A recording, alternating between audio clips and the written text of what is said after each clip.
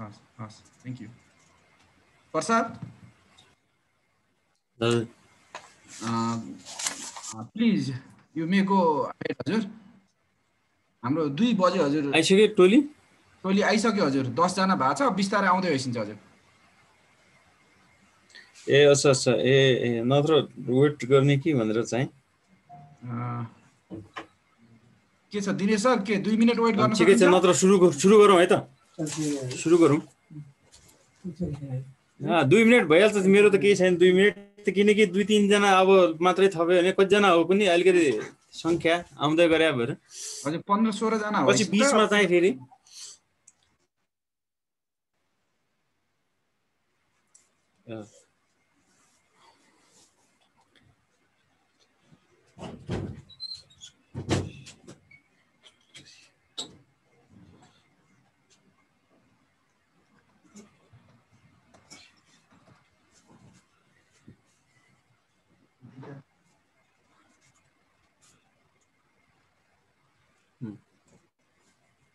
तिमी जान लाग्यो अब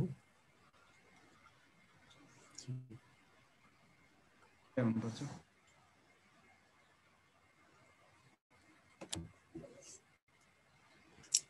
एउटा मेरो उल ल्याउनु घडी हानेर घडी ल्याउनु मेरो उ त्यो सिरानमा छ त्यहाँ माथि छ नत्र भान्सामा त्यो लिएर गएर देखिने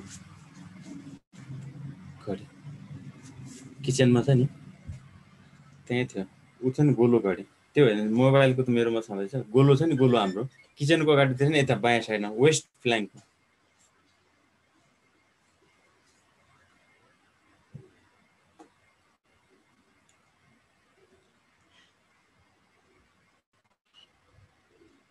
दुई मिनट पछि गरौँला है त 14:03 भयो 2 मिनट हेरौँ 5 बाट 14:05 बाट ठ्याक्क ओके कस हस् हजुर किनकि अदरवाइज ओके मतलब 222 र 221 भने त्यहाँ okay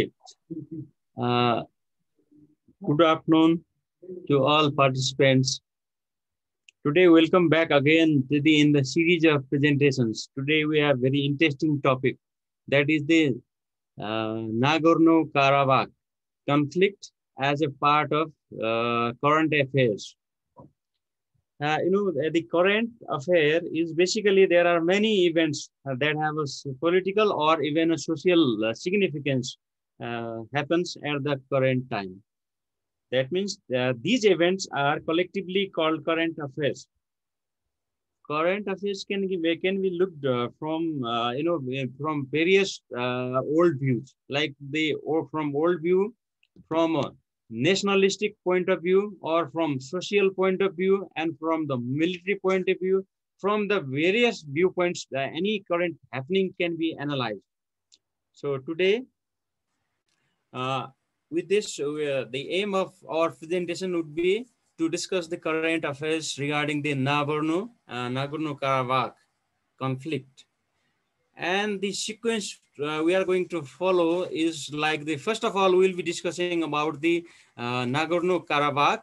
Then after we will be looking at one as the host has given me, the unification trail. Some inputs regarding this one also will be discussing. And finally, some tips for appearing current affair exam. How to write and how to deal, how to prepare it, some suggestive tips we'll be discussing here. So within the given time of 2 hours, we will be discussing all these, including some question answers from the student side. We'll be discussing that also. So first of all, to analyze any event or any current happening around the world, anything, we have to see by analyzing certain factors. First factor is the geography. To understand any current happenings or current event in any parts of the world, we have to see its geography and correlation of geographical, the provinces or the locations in relation to each other. And then second part we have to see is the history. What is the history of all the geographical and the demographic and the cultural and economic and all the political, all the history inputs of the history we have to see from that angle. And the third factor we have to see is the demography. what is the population movement of the people, and then composition of the population we have to see. And then for fourth factor, we have to see the economic status of that country or the place or of the people residing that place, economy. Then culture. What is the culture? As you know, the culture consists of the many things like the language, religion, and then culture itself, and others also. It consists of the all. So then now another factor is the geopolitics. What is the geopolitics of that area? Like if you consider the Nepalese territory or Nepal, what is the geopolitics of Nepal in relation to neighboring or the global setting? And then the last, the factor is the military. What is the military status or capability or the trend of any country in relation to neighboring or the global other militaries of the world? So if you see all these factors, analyze all these factors to that particular event, it gives you a tentative picture of the event. And so that based on this picture, you can forecast the trend of the happenings in the future and the implication of that event to neighboring one. यसरी हामीले चाहिँ हेर्न सक्छौं। अब यो फ्याक्टरहरूलाई हेर्नु अगाडि यो नागर्नो कराबाख यो कन्फ्लिक्टलाई हेर्नु अगाडि हामीले सर्टेन कुराहरू चाहिँ सर्टेन जियोग्राफिकल पोइन्ट अफ भ्यूले केही कन्ट्रीहरूको चाहिँ डाटा त्यो हामीले हेर्नुपर्ने हुन्छ।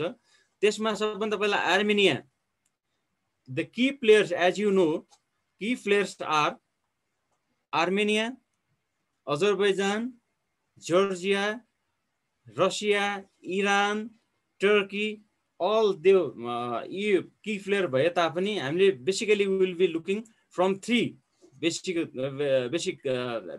the closely involved parties: Armenia, Azerbaijan, and Nagorno-Karabakh itself. अब सबभन्दा पहिला आर्मेनियाको हेर्दाखेरि चाहिँ यसको capital city independence from Soviet Union initially before 1980, before the disintegration of USSR, all these parts were the part of then Soviet Union. So after on 23 August 1990, यो Armenia चाहिँ independent भएको हो। यसको currently area 29,743 square kilometer. Population is यसको 32,62,000 यो छ। अब त्यसै गरी अजरबैजानको क्यापिटल बाकुमा रहेको छ, independent from the Soviet Union, declared 30 August 1991. Total area 86,600 square kilometer. Population is 90 million. यो चाहिँ यिनीहरुको यसको population को। अब यो नागर्नो काराबाख itself के हो त कता छ त भन्ने अलिकति हामीले चाहिँ we have to see it. यसमा चाहिँ the word Nagorno is derived from the Russian adjective Nagorny, which means highland. The word Karabakh is generally held to originate from Turkic language, Persian, which means the black garden. So it is the highland, so black garden. The total area is 4,400 square kilometer. Population is 19 million. So Armenians, out of this population, this is the very important point to note, is the Armenians consist of 77% and Azerbaijanis 21.5%. Russian 1% and others nationalities 0.5%. This is the important figure. Now we have once we see the geographical locations and geographical the features, let us see the historical background of the Nagorno-Karabakh itself. And here, of course, both sides claim that historically Nagorno-Karabakh was part of their countries. Armeniaले पनि मेरो हिस्सा हो भन्छ, अब अजरबैजानले पनि मेरो हिस्सा हो भनिराछ। भनेपछि यो अनि यसको यो नागर्नो-काराबाखले आर्जाकको नामले प्रोभिन्स अटोनोमी यो हाम्रो इन्डिपेन्डेन्ट हुनुपर्छ भनेको छ, लाइक द काश्मीरको जस्तै पाकिस्तानले आफ्नो इन्डियनले आफ्नो र पाकिस्तान इटसेल्फ र आफैमा छुट्टै काश्मीर हुनुपर्छ भन्ने टाइपको धार भएको जस्तै यसमा पनि Nagorno Karabakh has got the similar situation. अब यसरी right up until the late, अब कस्तो थियो त यसको ब्याकग्राउन्ड, योभन्दा अगाडि हाम्रो कस्तो अवस्था थियो त भन्ने थाहा पाउनु जरुरी हुन्छ यसलाई चाहिँ। Right up until the late middle ages Karabakh is said to have been Caucasian अल्बानियन्सहरू। अब यसमा सेटलमेन्ट कस्तो थियो भने we have to see the 18th and 19th सेन्चुरीको बेलामा हेर्नुपर्ने हुन्छ हामीले। इन 18th सेन्चुरी यो Karabakh is said to have been Caucasian अल्बानियन्सहरूको बस्ती थियो। यो चाहिँ Albanians which were basically the क्रिस्चियन्सहरू। Until this time the territory could not be clearly classified इथनिकली belonging to either the Armenian or the Azerbaijani the cultural area. यो यसैको हो भन्ने त्यो बेलासम्म चाहिँ 18th र 19th सेन्चुरीमा इट वाज नट डिभाइडेड। अब Karabakh like Erivan was considered to be a territory dominated Azerbaijanis from the 16th to 19th century. 16th to 19th सेन्चुरीसम्मलाई योलाई अजरबैजानिजहरुकोले बरु चाहिँ लोकलहरुले चाहिँ डोमिनेटेड गरेको थियो यो ठाउँमा। Not even the territory of modern Armenia could be regarded as by Armenian rule that time. यो बेलासम्मलाई अहिलेको आर्मेनियामा पनि आर्मेनियन पपुलेसनहरु चाहिँ ले डोमिनेट गरिसकेको अवस्था चाहिँ थिएन त्यो बेलासम्म। अब in the middle of 18th century the Karabakh khanate was established the Azerbaijani Panah Ali Khan यो जाभानिसिर भनेको के भने यो खान डाइनेस्टीहरूले राखेको हुनाले खानाते भने हो जस्तो हामीलाई ठाउँ ठाउँमा हामी भन्छौँ न यो नाम। त्यसै गरी यसले चाहिँ एउटा किङडम टाइपको इस्टाब्लिस गरेको हुनाले 18th सेन्चुरीको मिडलसम्मलाई त यसले चाहिँ खान डाइनेस्टीको एउटा पार्टको रूपमा थियो यो एरिया भन्ने कुरा। अब त्यस पछाडि आइसकेपछि most of the region could meanwhile be regarded as being settled Azerbaijanis tribes such as the यो ओर्जुकी यो जाभान्सिर एन्ड केबिरिल भनेको त्यस पछाडि बिस्तारै यिनीहरू हुन थाले। अब यो काराबाख पपुलेसनको चाहिँ क्रिस्चियन यो आर्मेनियनहरु चाहिँ बेसिकली क्रिस्चियनहरु धेरै छ भने अजरबैजानिजहरु चाहिँ यी टर्किश मूलका मुस्लिमहरु बढी छ अजरबैजानिजहरुमा है। फेरि कन्ट्रास्ट, सी द कन्ट्रास्ट। अब research in recent decades has shown that अहिले कस्तो छ त भन्दा हामीले हेर्यौं 18th र 19th सेन्चुरीको बेलासम्म त्यो अवस्था थियो भने अहिले रिसेन्ट डिकेडमा हेर्दाखेरि 80% of the population southern Caucasus region was Muslim and 20% Armenian. The population in Karabakh was still only 8.4% of the total in 1823। 1823 सम्ममा यो काराबाखको पपुलेसन चाहिँ आर्मेनियन पपुलेसन जम्मा 8.5% मात्रै थियो, 4% मात्रै थियो। ल हेरौँ यहाँ फ्याक्ट एकदम यो फिगर चाहिँ एकदम नोटेबल इम्पोर्टेन्ट चिज। जबकि त्यो बेलामा 8.4% थियो भने रिसेन्ट डिकेडमा चाहिँ 80% पुग्यो। कसरी हाउ कम, कसरी यति धेरै पुगेछ त भन्ने कुराको चाहिँ यो एउटा चाहिँ पाटो हो हामीले एनालाइज गर्नुपर्ने। Currently Nagorno Karabakh Republic governs the region and unrecognized area of the independent state established on the basis of Azerbaijani territory। अब अहिले इन्टरनेशनल भ्यू पोइन्टबाट हेर्दाखेरि यो नागर्नो काराबाख एउटा चाहिँ इन्डिपेन्डेन्ट र अटोनोमस रिजन अजरबैजानीको अटोनोमस र इन्डिपेन्डेन्ट रिजनको रूपमा चाहिँ रिकग्नाइज गरिएको छ। यद्यपि although territory is internationally recognized as part of the Azerbaijanis and not exercise power भए तापनि Azerbaijan has not exercised power over the most of the region since 1991 देखि। तर पनि यसलाई चाहिँ आफ्नो प्रान्तको रूपमा भए तापनि एक्सरसाइज गर्न पाएको छैन अजरबैजानले। Since the end of the Nagorno-Karabakh war in 1994, representatives governments of Armenia and Azerbaijan have been holding peace mediated by OSCE भनेको चाहिँ एउटा यो अपरेशन्स अफ यो युरोपको यो महत्त्वपूर्ण एउटा सेक्युरिटी अर्गनाइजेसन हो। यो चाहिँ एउटा एलायन्स हो। यो यसले चाहिँ ग्रुपले चाहिँ यसको स्टेटसलाई हेरेको छ। अब हेर्दाखेरि अहिलेको अवस्था कस्तो छ त भन्ने बेलामा चाहिँ अब हामीले यो म्यापमा हेर्नु जरुरी हुन्छ। रेसेन्टको अवस्था चाहिँ कस्तो यदि हामीले यसमा हेर्यौं भने यो चाहिँ Armenia, we can see Armenia. अब हाम्रो यहाँनिर चाहिँ फेरि अजरबैजान हेरेर पनि देख्न सकिन्छ यो ब्लू कलरको यो स्काई ब्लू कलरको यहाँ देखिन्छ भने यो अजरबैजान यतापट्टि पनि अजरबैजान छ। अनि यो चाहिँ जुन नागर्नो काराबाख भनेको यो एरिया हो, यो एरियामा चाहिँ फेरि यो कन्टेक्स्टहरू मिलिट्री कन्टेक्स्टहरू यो ठाउँमा चाहिँ कन्टेक्टहरू यसरी भइरहेछ र अर्को आर्मेनियन मिलिट्रीको बेसहरू चाहिँ यसको लास्ट बोर्डरमा अजरबैजानको नजिकसम्म पनि यसरी भइरहेछ। भन्नुको मतलब के भयो त हाम्रो अब अजरबैजानको सीमा इलाकासम्म पनि आर्मेनियन मिलिट्रीको र with the support of Armenian military यो नागर्नो काराबाखको जुन आफ्नो मिलिसियाहरू छ यसको कम्बिनेसनमा चाहिँ यो नागर्नो काराबाखको सिक्युरिटी यिनीहरूले चाहिँ यकिन गर्ने गरेको छ। यिनीहरूको एलायन्स स्ट्रगल गरिरहेको छ यिनीहरूले चाहिँ। अब जबकि त्यसकारणले अब यिनीहरूको अजरबैजानको चाहिँ दाबी किन रह्यो भन्दा यहाँ पनि हाम्रो छ, यहाँ पनि हाम्रो छ भनेपछि वाइ नट, यो त हाम्रो त यहाँ सर्टेन एरियासम्म त हाम्रै टेरिटोरी हो यो त। त्यसले गर्दाखेरि चाहिँ यो टेरिटोरीलाई जबरजस्ती आर्मेनियनले पनि लियो, यो पार्ट नागर्नो काराबाखलाई जबरजस्ती यहाँ गर्ने काम भइरहेछ भनेर यसको चाहिँ दाबी त्यो। अब हामीले यो कम्पोजिसन आर्मेनियन पपुलेसन कम्पोजिसन हेऱ्यो भने 1897 मा चाहिँ यति छ। एक ग्राफबाट क्लियर देखिन सकिन्छ आर्मेनियन पपुलेसन बढेको। यो 1989 मा आउँदाखेरि त यति बढिसकेको छ। यो पिरामिड आकारमा हेरौँ त यसरी बढेको छ।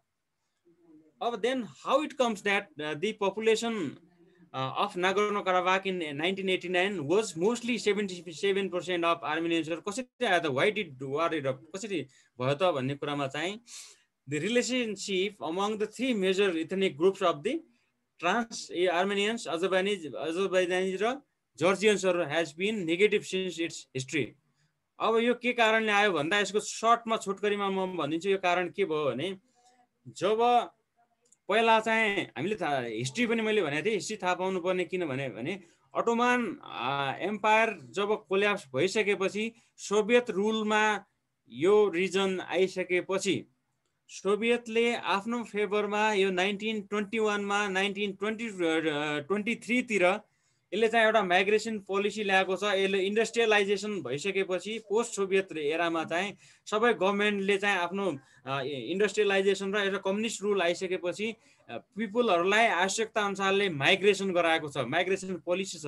त्यो माइग्रेसन पोलिसीको कारणले गर्दाखेरि चाहिँ यो अवस्था आएको हो भन्ने एउटा चाहिँ निचोड हामीले चाहिँ यति बुझे हुन्छ यसबाट चाहिँ।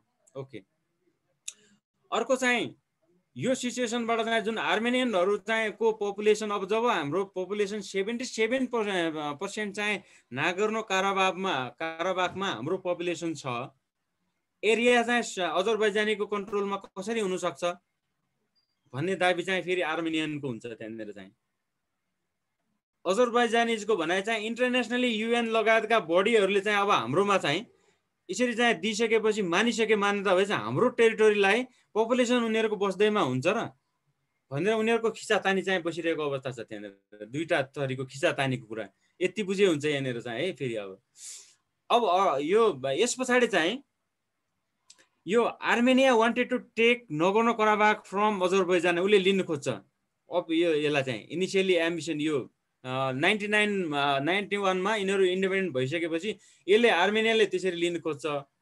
अजरबैजानको कुरा त मैले भनिसकेँ। UN member states including Armenia and international organisation do not officially recognise Karabakh. अब एउटा कुरा यहाँ बुझ्नुपर्ने के छ भने यो नगोर्नो काराबाखलाई छुट्टै एउटा स्टेट आफ्नो राज्य हो, इन्डिपेन्डेन्ट राज्य हो भनेर चाहिँ युएन को बडीले पनि गरेका छैन, अरू कसैले पनि रिकगनाइज गरेका छैन।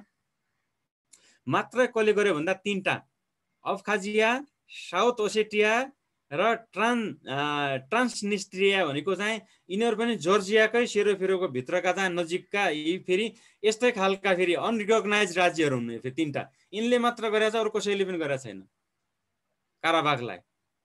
अफिसियली यो छुट्टै राज्य हो भने अरू कसैले पनि गरेन। अब यो भएपछि अब चाहिँ हामीले बुझ्नुपर्ने कुरा के हो भने कि यो स्ट्राटेजिक इम्पोर्टेन्स अफ नागर्नो काराबाखको स्ट्राटेजिक इम्पोर्टेन्स के हो त, यसको चाहिँ इम्पोर्टेन्स छ त भन्ने कुरा बुझ्नु जरुरी हुन्छ। यो कुरा जहाँ पनि लागू हुन्छ, जस्तो नेपालको सन्दर्भमा पनि लाग्ला, नेपालको ट्रान्स हिमालयनको इम्पोर्टेन्स भन्ने के छ भन्ने लाग्ला। त्यसैगरी जस्तो पहिला योभन्दा पहिला चाहिँ यो युक्रेनमा चाहिँ क्राइमियाको इम्पोर्टेन्स पनि थियो र रसियाका लागि किन इम्पोर्टेन्ट थियो भन्ने कुरा त्यहाँ पनि थियो। त्यसै गरी अन्त ठाउँहरूमा चाहिँ इम्पोर्टेन्ट प्लेसहरू हुन्छन्, त्यसको इम्पोर्टेन्स बुझ्नु जरुरी छ। त्यसै गरी यो strategic importance of Nagorno काराबाखको importance कसरी हुन गयो भन्दा यो एउटा चाहिँ ग्यासोलिन, यो नेचुरल हाइड्रोकार्बनहरू चाहिँ बाकु र यो Tbilisi Ceyhan pipeline runs through Azerbaijanis भनेको the only pipeline located in the former USSR that does not penetrate Russia. Russia भएर जाँदैन कि एउटा चाहिँ क्यास्पियन सी, अजरबैजानले प्रशोधित गरेको क्यास्पियन सीबाट भएर जाने नेचुरल हाइड्रोकार्बनहरू यो चाहिँ हाम्रो आर्मेनियाको नजिकै भएर जर्जिया हुँदै युरोपतिर जान्छ। एउटा कारण त्यो पाइपलाइन गएपछि यदि यो पाइपलाइनलाई यहाँनिर कन्फ्लिक्ट आयो भने डिस्टर्ब हुन्छ भन्ने एउटा पाटो भयो। त्यसकारणले यसको एउटा इम्पोर्टेन्स त्यो भयो। अब resumption of hostility means potential disruption of oil and gas export from the region. Resources Azerbaijan is a significant oil. यसमा कस्तो हुन्छ भने रसियाको इन्ट्रेस्ट के हुन जान्छ भन्दा यो आर्मेनिया, अजरबैजान, जर्जिया यो एरिया मध्ये सबैभन्दा यो ग्यास पाइपलाइनलाई कन्ट्रोल गर्नका लागि यसलाई चाहिँ थ्रेट दिनका लागि चाहिँ आर्मेनिया चाहिँ बेस्ट उपाय हो। र यदि यो बाट चाहिँ यदि 1% मात्रै पनि भनौँ 1 million barrel of oil per day यसरी जाने हुनाले ओभर 1% अफ द ग्लोबल डिमान्डको 1% भन्दा बढी यहाँबाट चाहिँ जाने हुनाले अजरबैजानीले चाहिँ इज इन्क्रिजिङ द अब अजरबैजानीलाई के भयो भन्दा सिक्युरिटी इन्ट्रेस्ट भयो यसको पनि फेरि। अब किन यसलाई सुरक्षा त दिनु पर्यो, आर्मेनियाको नजिकै भएर जाने हुनाले र यो कारणन यो नोभानो यो काराबाख नागोर्नो काराबाखको नजिकै भएर पास भएर जाने हुनाले पनि यो चाहिँ एरियालाई सिक्योर गर्नु जरुरी भयो अजरबैजानका लागि। त्यसै गरी चाहिँ ह्युमेनिटेरियन यो स्ट्राटेजिक र economic could rain high in a milieu of distribution and unless taken and soon. अब यो त्यसरी चाहिँ अर्को चाहिँ स्ट्राटेजिक इम्पोर्टेन्स अर्को के छ भन्दा what are Russia's interest in Nagorno Karabakh. रसियाको इन्ट्रेस्ट चाहिँ यो जुन चाहिँ साउथ कोकेसस रिजन छ यो एरिया चाहिँ रसियाका लागि एकदम इम्पोर्टेन्ट एरिया हो, जुन फर्मर सोभियत युनियनको बेलामा पनि यसको इम्पोर्टेन्ट थियो। त्यो इम्पोर्टेन्सलाई जस्तो ग्यासका नेचुरल ग्यासदेखि लिएर ट्रेड हबको रूपमा इकोनोमी र पोलिटिकल हरेक रिजनले गर्दा स्ट्राटेजिक इम्पोर्टेन्सको एरिया भएको हुनाले यो कोकेसस रिजनलाई पोलिटिकल इन्फ्लुएन्स भित्र राख्नुपर्ने हुन्छ यसले। त्यसले गर्दाखेरि रसियनको चाहिँ एउटा इन्ट्रेस्ट त्यो पनि भयो। अब अर्को चाहिँ अब कसरी कन्ट्रोल गर्ने त यो एरियामा भन्दा रसियाका लागि चाहिँ so the only state which can help to spread Russian influence on the Caucasus is Nagorno-Karabakh can reduce Turkish अब टर्कीको आफ्नो इन्ट्रेस्ट छ एरियामा चाहिँ साउदर्न ककेससमा, इरानको आफ्नो इन्ट्रेस्ट छ, रसियाको आफ्नो छ, युएसए को पनि इन्डाइरेक्ट इन्ट्रेस्ट होला। यो एरियामा चाहिँ कन्ट्रोल गर्ने भनेको यो चाहिँ आर्मेनियाबाट मात्रै हो। त्यसले गर्दाखेरि आर्मेनियालाई जहिले पनि वेपन सप्लाई गर्ने, कहिले चाहिँ अजरबैजानलाई गर्ने, रसियाले चाहिँ त्यो चाहन्छ।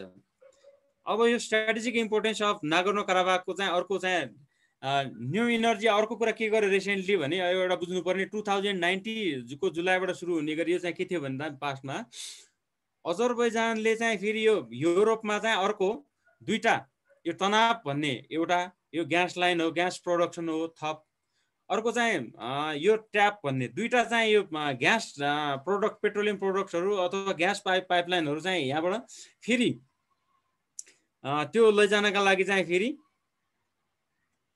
यसले फेरि साइन गरेछ युएसए र अरू अन्य कम्पनीहरूले चाहिँ यसो साइन गरेको हुनाले यो पनि एउटा चाहिँ इम्पोर्टेन्स फेरि थप बढ्न गयो। यो चाहिँ भन्नाले फेरि ग्यासोलिनको त्यो थ्रु भएर जाने भन्ने बुझे हुन्छ यसलाई चाहिँ फेरि।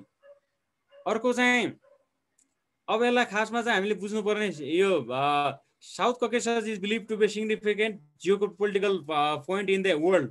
Eurasian Balkanहरूको नामले चाहिँ यसरी चाहिँ एउटा यो पनि इम्पोर्टेन्ट कुरा छ यो रिजनमा।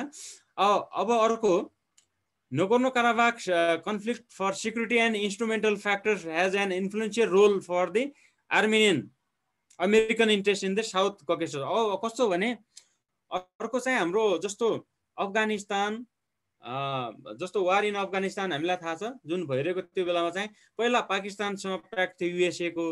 अब पाकिस्तानसँग अलिकति यो टाई ब्रेकअप जस्तो भएपछि फेरि चाहिँ यो यही रिजनबाट अजरबैजानिज र यो एरियाबाट चाहिँ फेरि एउटा मोबिलिटी कोरिडोरको रूपमा चाहिँ एयर मोबिलिटी कोरिडोरको पनि यो भएर पास हुन्छ। फेरि एउटा चाहिँ त्यो एउटा चाहिँ ग्यास ट्रान्समिसन लाइनको अर्को कुरा आयो, अर्को पोलिटिकल इम्पोर्टेन्स। यसले गर्दाखेरि यो हुन्छ। यसमा खासमा हामीले बुझ्दाखेरि अब स्ट्राटेजिक इम्पोर्टेन्स बुझ्दाखेरि 4वटा ट्रायङ्गललाई बुझे हुन्छ। अब पहिलो triangle, first level of triangle भनेको चाहिँ यो नागर्नो काराबाख, अल खाब्जिया र साउथ ओसेटिया जुन अहिले मैले भने यो चाहिँ युएनले चाहिँ रिकग्नाइज नगरिसकेका आफैले सो घोषणा गरेका देशहरूको मात्र एउटा प्याक्ट जुन चाहिँ एउटालाई असर पर्ने बित्तिकै सबैलाई यस्तै खालको असर पर्ने खालका यिनीहरूको चाहिँ एउटा ट्रायङ्गल, 3टाको समूह ट्रायङ्गल। अब दोस्रो ट्रायङ्गल चाहिँ अब रिकग्नाइज स्टेटहरू। रिकग्नाइज स्टेट भनेको को त भन्दा आर्मेनिया, अजरबैजान र जर्जिया, यो 3टा चाहिँ फेरि रिकग्नाइजवाला चाहिँ यो यिनीहरूको चाहिँ फेरि एउटा ट्रायङ्गल छ। फेरि यसले के गर्छ भन्दा यिनीहरू चाहिँ नेबरिङ भएको हुनाले यो वासिङटन र मस्कोको लागि स्कोप अफ इन्ट्रेस्टलाई यिनीहरू मार्फत फुलफिल गर्ने हुनाले पनि एउटा अर्को triangle. This triangle becomes more important when we take into account the internationally recognized parties of Nagorno-Karabakh. अब यो चाहिँ एउटा महत्त्वपूर्ण थियो। तेस्रो ट्रायङ्गल कुन छ भन्दा consist of 3 external powers immediately neighbouring the south. अब साउथ ककेससका इमिडिएट नेबरहरू टर्की, इरान र रसियाको अर्को ट्रायङ्गल छ। फेरि अलि ठुलो दायरामा रिजनल पार्टीहरू भयो यिनीहरू चाहिँ। त्यसै गरी अर्को चाहिँ ट्रायङ्गल कुन छ त, fourth triangle consist of the USA, Russia र EU। अब यिनीहरूको बिचमा चाहिँ ठुलो भएपछि अब यिनीहरूको पनि रसिया पनि एउटा प्लेयर अनि युएसए एउटा प्लेयर र EU को चाहिँ अब एउटा चाहिँ भएको हुनाले यसरी चाहिँ एनर्जी डाइमेन्सन अब यिनीहरू सबै एउटा यो लाई हेर्न सकिने एउटा एनर्जी डाइमेन्सनबाट हेर्न सकिन्छ। अनि अर्को चाहिँ हामीले फेरि स्ट्राटेजी यो अर्को जियो पोलिटिकल डाइमेन्सनबाट पनि हेर्न सकिन्छ। अर्को चाहिँ यो जियोग्राफिक डाइमेन्सनले हेर्न सक्यो। अघि नै मैले भनिसकेँ जुन ट्रान्स कम्युनिकेसन रिजनल कम्युनिकेसन हबको रूपमा, त्यसले गर्दाखेरि जियोग्राफिकल ट्रान्समिसन भनेको हो। अब अर्को एउटा जियोपोलिटिकल इन्स्ट्रुमेन्टल डाइमेन्सनबाट हेर्न मिल्यो।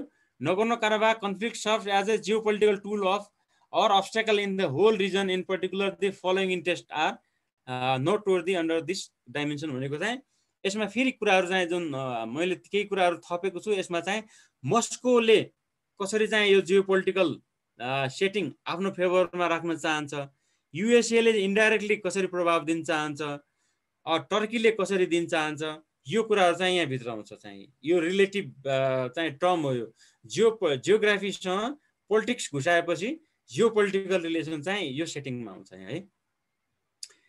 यसरी चाहिँ इन्टर रिलेटेड यो जियोपोलिटिकल प्रोसेस यो रिजनमा भएको हुनाले पनि अब यो एनालाइसिस गर्नुपर्ने हुन्छ। थोरै एनालाइसिसमा चाहिँ हामीले हेर्दा अब यसमा चाहिँ why do Armenians have an advantage and Azerbaijanis are in a disadvantage position on the Nagorno-Karabakh issue मा चाहिँ किन यस्तो छ त भइरहेको थियो त केही समय अगाडिसम्म भन्दा Armenian diaspora and its strong Armenian lobby play an important role। भनेको आर्मेनियाको लबी स्ट्रङ लबी भनेको चाहिँ रसिया, अहिले चाहिँ रसियाको र युएसए को पनि ब्याकअप करिब करिब इन्ट्रेस्ट नजिकैतिर भएको हुनाले क्रिस्चियन पपुलेसनहरु यसमा धेरै भएको आर्मेनियामा चाहिँ।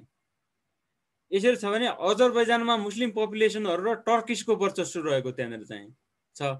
जबकि वर्ल्डका पावरफुल कन्ट्रीहरु चाहिँ यसको फेभरमा रहेको हुनाले पनि यसको चाहिँ वर्चस्व बढेको छ। अब एउटा हामीले ध्यान दिनुपर्ने के कुरा छ यसमा भने कि पर्मानेन्ट रूपमा चाहिँ यो यसकै फेभरमा छ र अब यो अर्को फेभरमा गयो कुनै पनि बेला कुनै कन्ट्रीको इन्ट्रेस्ट अनुसार नेशनल इन्ट्रेस्ट अनुसारले अर्कोमा शिफ्ट गर्न सक्छ। जस्तो डुअल पोलिसी भनेको रसियनहरुको डुअल पोलिसी कस्तो हुन जान्छ भने आर्मेनियाको चाहिँ जम्मै मिलिट्री हार्डवेयरहरु जम्मै ट्रेनिङ जम्मै चीजहरु रसियनको भए तापनि केही समय यतादेखि फेरि अजरबैजानलाई पनि सप्लाई गरेछ उसले, किनकि आफ्नो अर्बिटबाट सिक्युरिटी अम्ब्रेला भित्रबाट अजरबैजानलाई पनि बाहिर जान दिन चाहदैन उसले, त्यसलाई उता पनि दिने यता पनि दिने डुअल रोलहरु देखिन्छ कि यहाँ।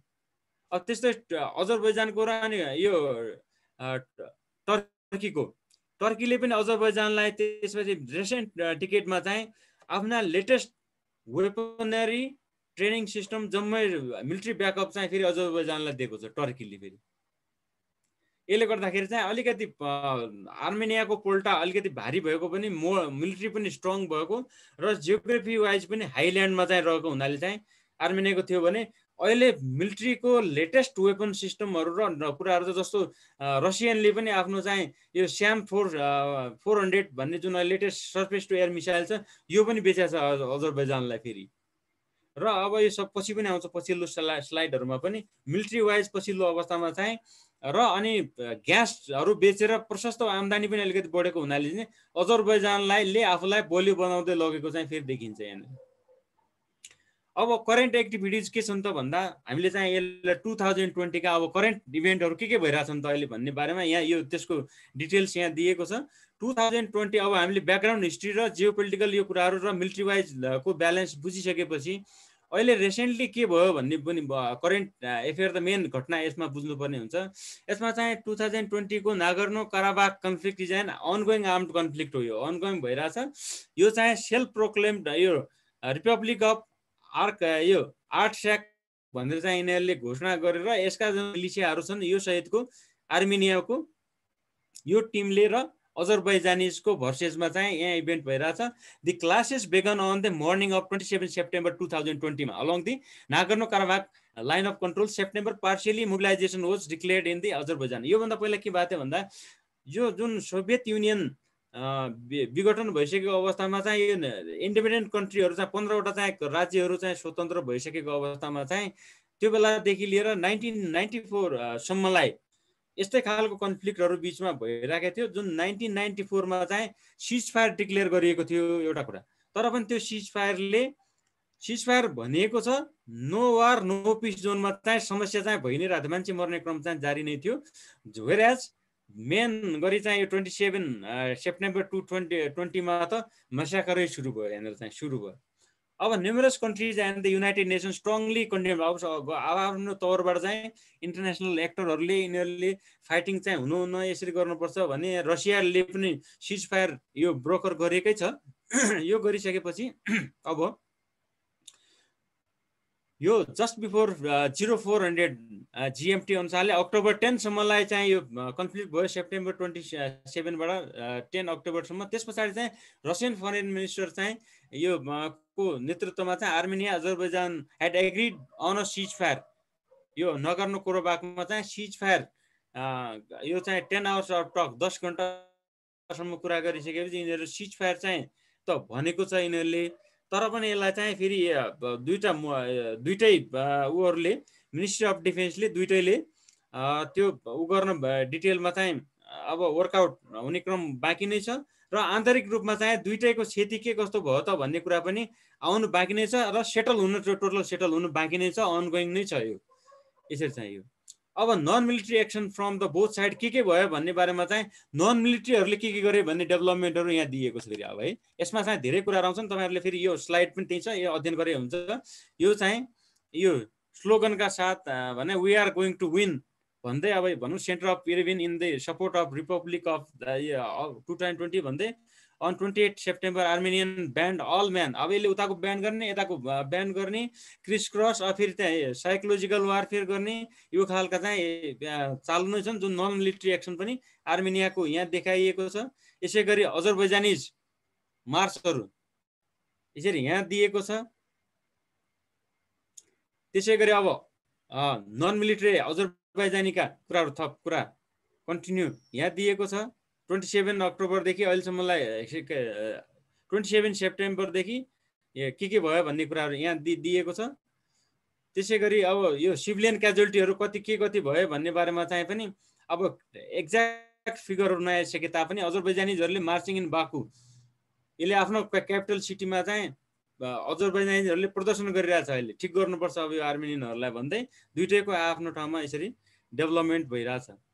सिभिलियन क्याजुअल्टीहरू यो अब आर्मेनियन सोर्सेस अन 27 सेप्टेम्बरको दिनमा 2 सिभिलियन्स वर किल्ड भनेको छ। यसै गरी सेप्टेम्बरदेखि तलसम्म क्याजुअल्टीको सङ्ख्या अक्टोबर हुँदै यो त अब दिइँदै आएको छ। त्यसरी चाहिँ सिभिलियनहरू पनि क्याजुअल्टी भएका छन्। र अब मिलिट्री क्याजुअल्टीहरूको सन्दर्भमा चाहिँ एउटाले चाहिँ फेरि यसरी यो जस्तो since the beginning of the clashes the government of यो Azerbaijanis has not revealed the number of exact military casualty कति भयो रिभिल नगरे तापनि आर्मेनिया र यो 8 SAC अथोरिटिजहरूले चाहिँ के क्लेम गर्यो भन्दा यो 415 वटा चाहिँ नाम र्याङ्क सहितका मान्छेहरूको चाहिँ क्याजुअलिटी यसरी भएको छ है भनेर चाहिँ त्यसले चाहिँ दिनु भ्यायो। तर पनि उसको एमओडीले चाहिँ यसको अजरबैजानको त्यसरी 200 चाहिँ क्लेम हो, तर बडी चाहिँ हाम्रो चाहिँ मर्या छैन, यो फिगर ठिक होइन, सत्य होइन भन्ने उताबाट भइरहेको छ। अब त्यसरी चाहिँ इक्विपमेन्ट लसहरू पनि यहाँ दिएको छ। अजरबैजानिज र यिनीहरूले इक्विपमेन्टहरू यसरी चाहिँ जस्तो Azerbaijanis claims to have destroyed about 250 tank र एन्ड अदर आर्म भेहिकल्सहरू, 150 अदर मिलिट्री भेहिकल्सहरू, 11 command and observation post, 270 artillery units and MLR multi barrel rocket लन्चरहरू यसरी चाहिँ दिइरहेछ डिस्ट्रोय भएको।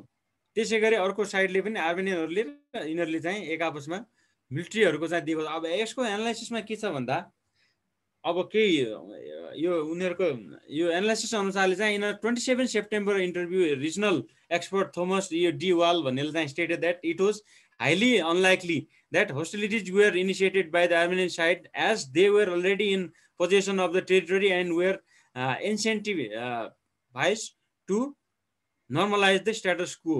While for various reasons, Azerbaijanis calculates the military actions. अब यसमा चाहिँ के भन्नु खोज्यो भने यसले चाहिँ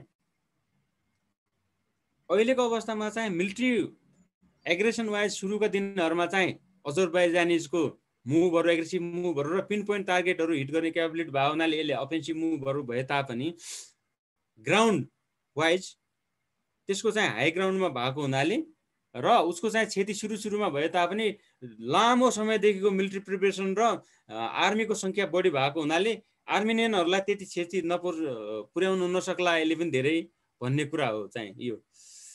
अब अर्को कुरा चाहिँ रसियन मिलिट्री एक्सपर्टहरूले यसले के भन्छ भने stated that Azerbaijanis had carefully planned an offensive operation. He added that the Azerbaijanis army did not appear to complete its the first 5 days of the clashes, taking neither Fizuli or Mardakert.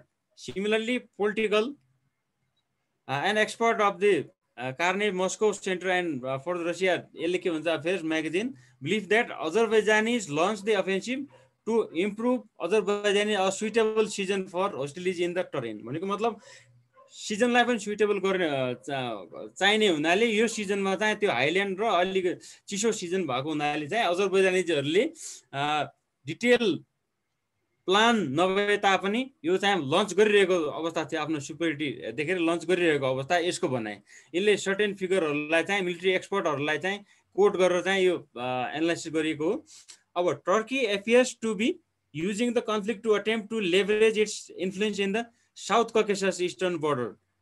Using the both military and diplomatic resources to extend its sphere of influence. अब यहाँनिर कस्तो देखिन्छ त भन्दा टर्कीले चाहिँ अजरबैजानीजहरूलाई चाहिँ support गरेर यही बेलामा चाहिँ रसियन इन्फ्लुएन्सलाई घटाउनका लागि चाहिँ यसले चाहिँ टर्कीले पनि आफ्नो मिलिट्री ब्याकअप दिएर अजरबैजानलाई चाहिँ उक्साइरहेको र आफ्नो पार्टमा चाहिँ जोइन्ट एक्सर्साइज गर्ने, अब ट्रेनिङ दिने यो खालको चाहिँ गरिरहेको देखिन्छ। फेरि यहाँ अब अर्को चाहिँ इकोनोमिस्ट यो चाहिँ cited Azerbaijanis highly effective use of drones as indicating. यसमा के भनिन्छ भने अर्को चाहिँ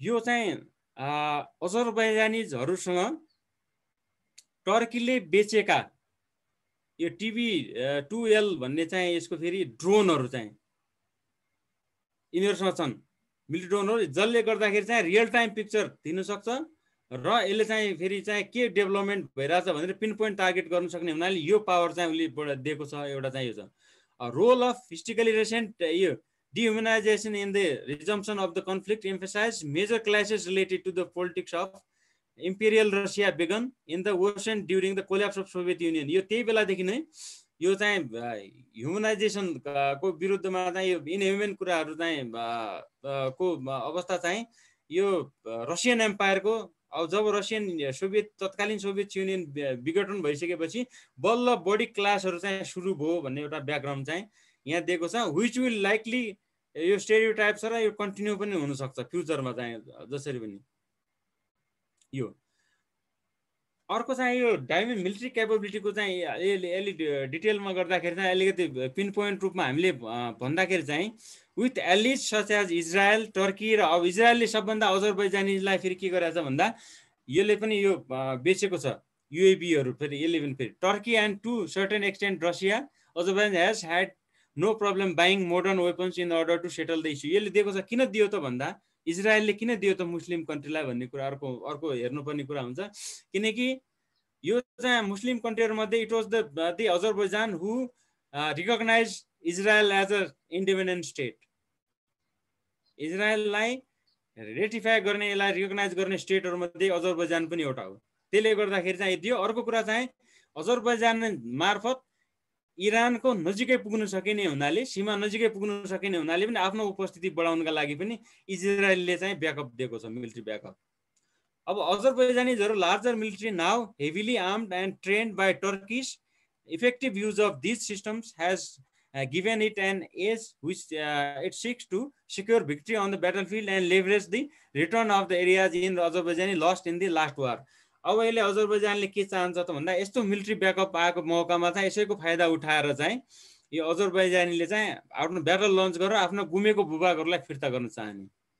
अब अर्को training is key as it, यो अर्को कुरा टर्किसहरूले चाहिँ आफैले पनि यसलाई चाहिँ अजरबैजानीहरूलाई तालिम दिएको छ, आफै आफ्नो ट्रुप्स पनि समावेश भएर तालिम दिएको हुनाले यो Azerbaijani arm forces are clear as अहिलेलाई आर्मेनिया भन्दा यो सुपेरियर देखिन्छन् अजरबैजानीजहरू पछिल्लो केही समयतादेखि। अब यसरी आइसकेपछि अब यो अहिले अनगोइङ सिचुएसनको बारेमा मैले बताएँ, ब्याकग्राउन्ड सिचुएसन बताएँ, मिलिट्री पोजिसन बताएँ। अब क्याजुअल्टीहरू त हाम्रो इक्जाम आउने बेलासम्मलाई डिफ्रेन्ट भइसक्छ, सिजफायर एग्रिमेन्टका ती बुँदाहरू आउलान्, डिटेलमा आएपछि अलिकति डिटेल आउला, सबै राख्नु पर्दैन, आवश्यक अनुसारले मात्र राख्नुपर्ने हुन्छ। यसमा इम्प्लिकेसन के हुन्छ भन्ने एउटा चाहिँ हाम्रो सन्दर्भमा सोध्नु सकिने लाइकली क्वेसन भएको हुनाले, र अर्को कुरा त्यो रिजनमा पनि यसको इम्प्लिकेसन के हुन सक्ला त भन्ने हुनाले पनि हामीले चाहिँ नेपालका लागि के इम्प्लिकेसन हुनसक्छ भन्ने जान्नु जरुरी हुन्छ। हाम्रो लागि चाहिँ इम्प्लिकेसन कस्तो भने एउटा चाहिँ नेसन बिल्डिङमा, नेसन बिल्डिङ भने के भने नेसन इटसेल्फ भने के भने कल्चरहरू भयो, जस्तो हाम्रो डाइनामिक्सहरू, पपुलेसनहरू हुन्छ, एथनिसिटीहरू हुन्छ, ल्याङ्ग्वेज, त्यसै गरी यो डेभलपमेन्ट, यो सबै कुराहरू यो जियो पोलिटिक्स सबै कुराहरूले हेर्दा एउटा नेसन बनाउने बेलामा चाहिने हुनाले जसरी हामीले के बुझ्यौँ भने कि नागर्नो काराबाख यो रिजनलाई उहिलेदेखि चाहिँ 18 सेन्चुरीमै जुन एउटा राज्य बन्न सक्ने हैसियत यसले राख्थ्यो त्यही बेलामा भने त्यो पपुलेसन डाइनामिक्स कसरी चेन्ज हुन सक्यो त त्यहाँनिर चाहिँ। नेसन भन्ने चिज अहिलेसम्म आइरहेको छैन, किनकि नेबरिङ युनिटको र डोमिनेटिङ पावरहरू, सराउन्डिङ डोमिनेटिङ पावरहरूले नचाहेसम्म कुनै एउटा देशले मात्र आफूले मात्र चाहेर पनि नहुने रहेछ भन्ने लेसन चाहिँ त्यहाँ सिक्न सकिन्छ।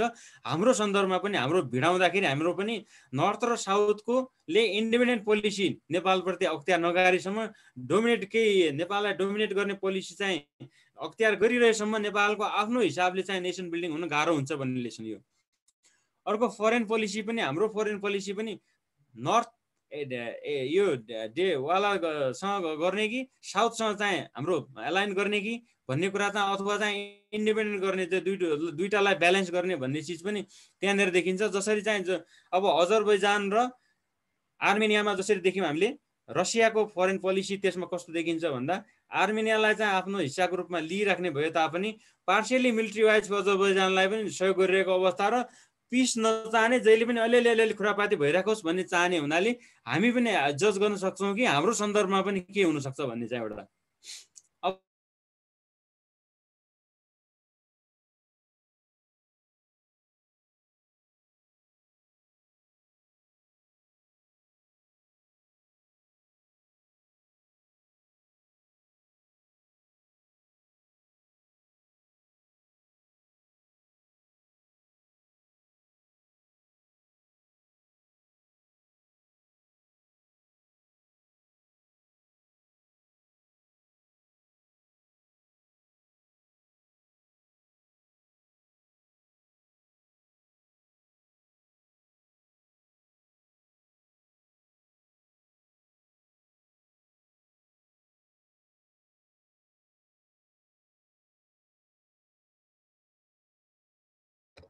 सर आज हजुर छैन आयो सर अघि काट्ने थियो सर फेरि भन्नु पर्यो सर त्यो इम्प्लिकेसन चाहिँ त्यही भएर मैले एकछिन उ गरेको यो चाहिँ इम्प्लिकेसनमा चाहिँ एउटा भर्खर इम्प्लिकेसन मैले एउटा मात्र भने नेसन बिल्डिङ र फरेन पोलिसीको कुरा गरेँ इन्भल्भमेन्ट अफ फरेन इन्भेस्टर्स भने मैले यो इन्भेस्टर को कुरा किन गरिएको भने जस्तो हाम्रो एमसिसी को कुरा छ युएसए ले किन नेपालमा इन्भेस्ट गर्नु पर्यो त्यो पनि फेरि चाहिँ यो कोरोला पास एक्सक्युज सर फेरि यहाँ कम्पनी देखि सर त्यो स्लाइड शेयर गर्न पर्ला हजुर ए शेयर भएन एकैछिन है त एकैछिन है स्लाइड शेयर त हुनुपर्ने थियो तर अब चाहिँ भइराछ हजुर अब आयो आइराछ सर अब आयो ल ओके ल यसरी चाहिँ भएपछि अब यो एरियामा यो कोर एरियामा को चिजलाई यो ट्रान्समिसन लाइन अब हामीले डिटेल हामीलाई थाहा छ एमसिसी को चाहिँ किन चाहिँ त्यत्रो हेभी मनी यहाँ खर्च गर्नु पर्यो त भन्ने कुरा बिना इन्ट्रेस्ट गर्ला त भन्ने कुरा चाहिँ एउटा अर्को कुरा चाहिँ चाइनिज प्रोजेक्टहरू नेपालमा जस्तो दक्षिणतिर हाम्रो चाइनिजले प्रोजेक्ट कुनै ठेक्का लिन खोज्यो भने इन्डियनको चाहिँ फेरि त्यहाँनिर हामी कहाँ पनि विरोध आउने गरेको अवस्था छ यहाँनिर चाहिँ जस्तो नर्थ साइडमा चाहिँ फेरि इन्डियनको प्रोजेक्ट लन्च भयो भने जस्तो विगतको हामीले चाहिँ 2072 सालको भूकम्पमा पनि देख्यौँ भूकम्पको बेलामा चाहिँ चिनुक हेलिकप्टर लिएर आउनेहरू आएका हेलिकप्टर पनि नर्थको बोर्डरमा जाने कि आफ्नो पत्रकार धेरै ल्याउने कि भन्ने धेरै कुराहरू हामीले बुझ्यौँ आफ्नो नेसनल इन्ट्रेस्ट फुलफिल गर्नका लागि टोलीहरू चाहिँ हाम्रो जस्तो जियो पोलिटिकल सेटिङ भएका कन्ट्रीहरूमा यस्तै खालका चाहिँ रिजनल र वर्ल्ड ग्लोबल एक्टरहरूले चाहिँ यस्तै खालको प्ले हुन्छ भन्ने एउटा चाहिँ कुरा हो यो चाहिँ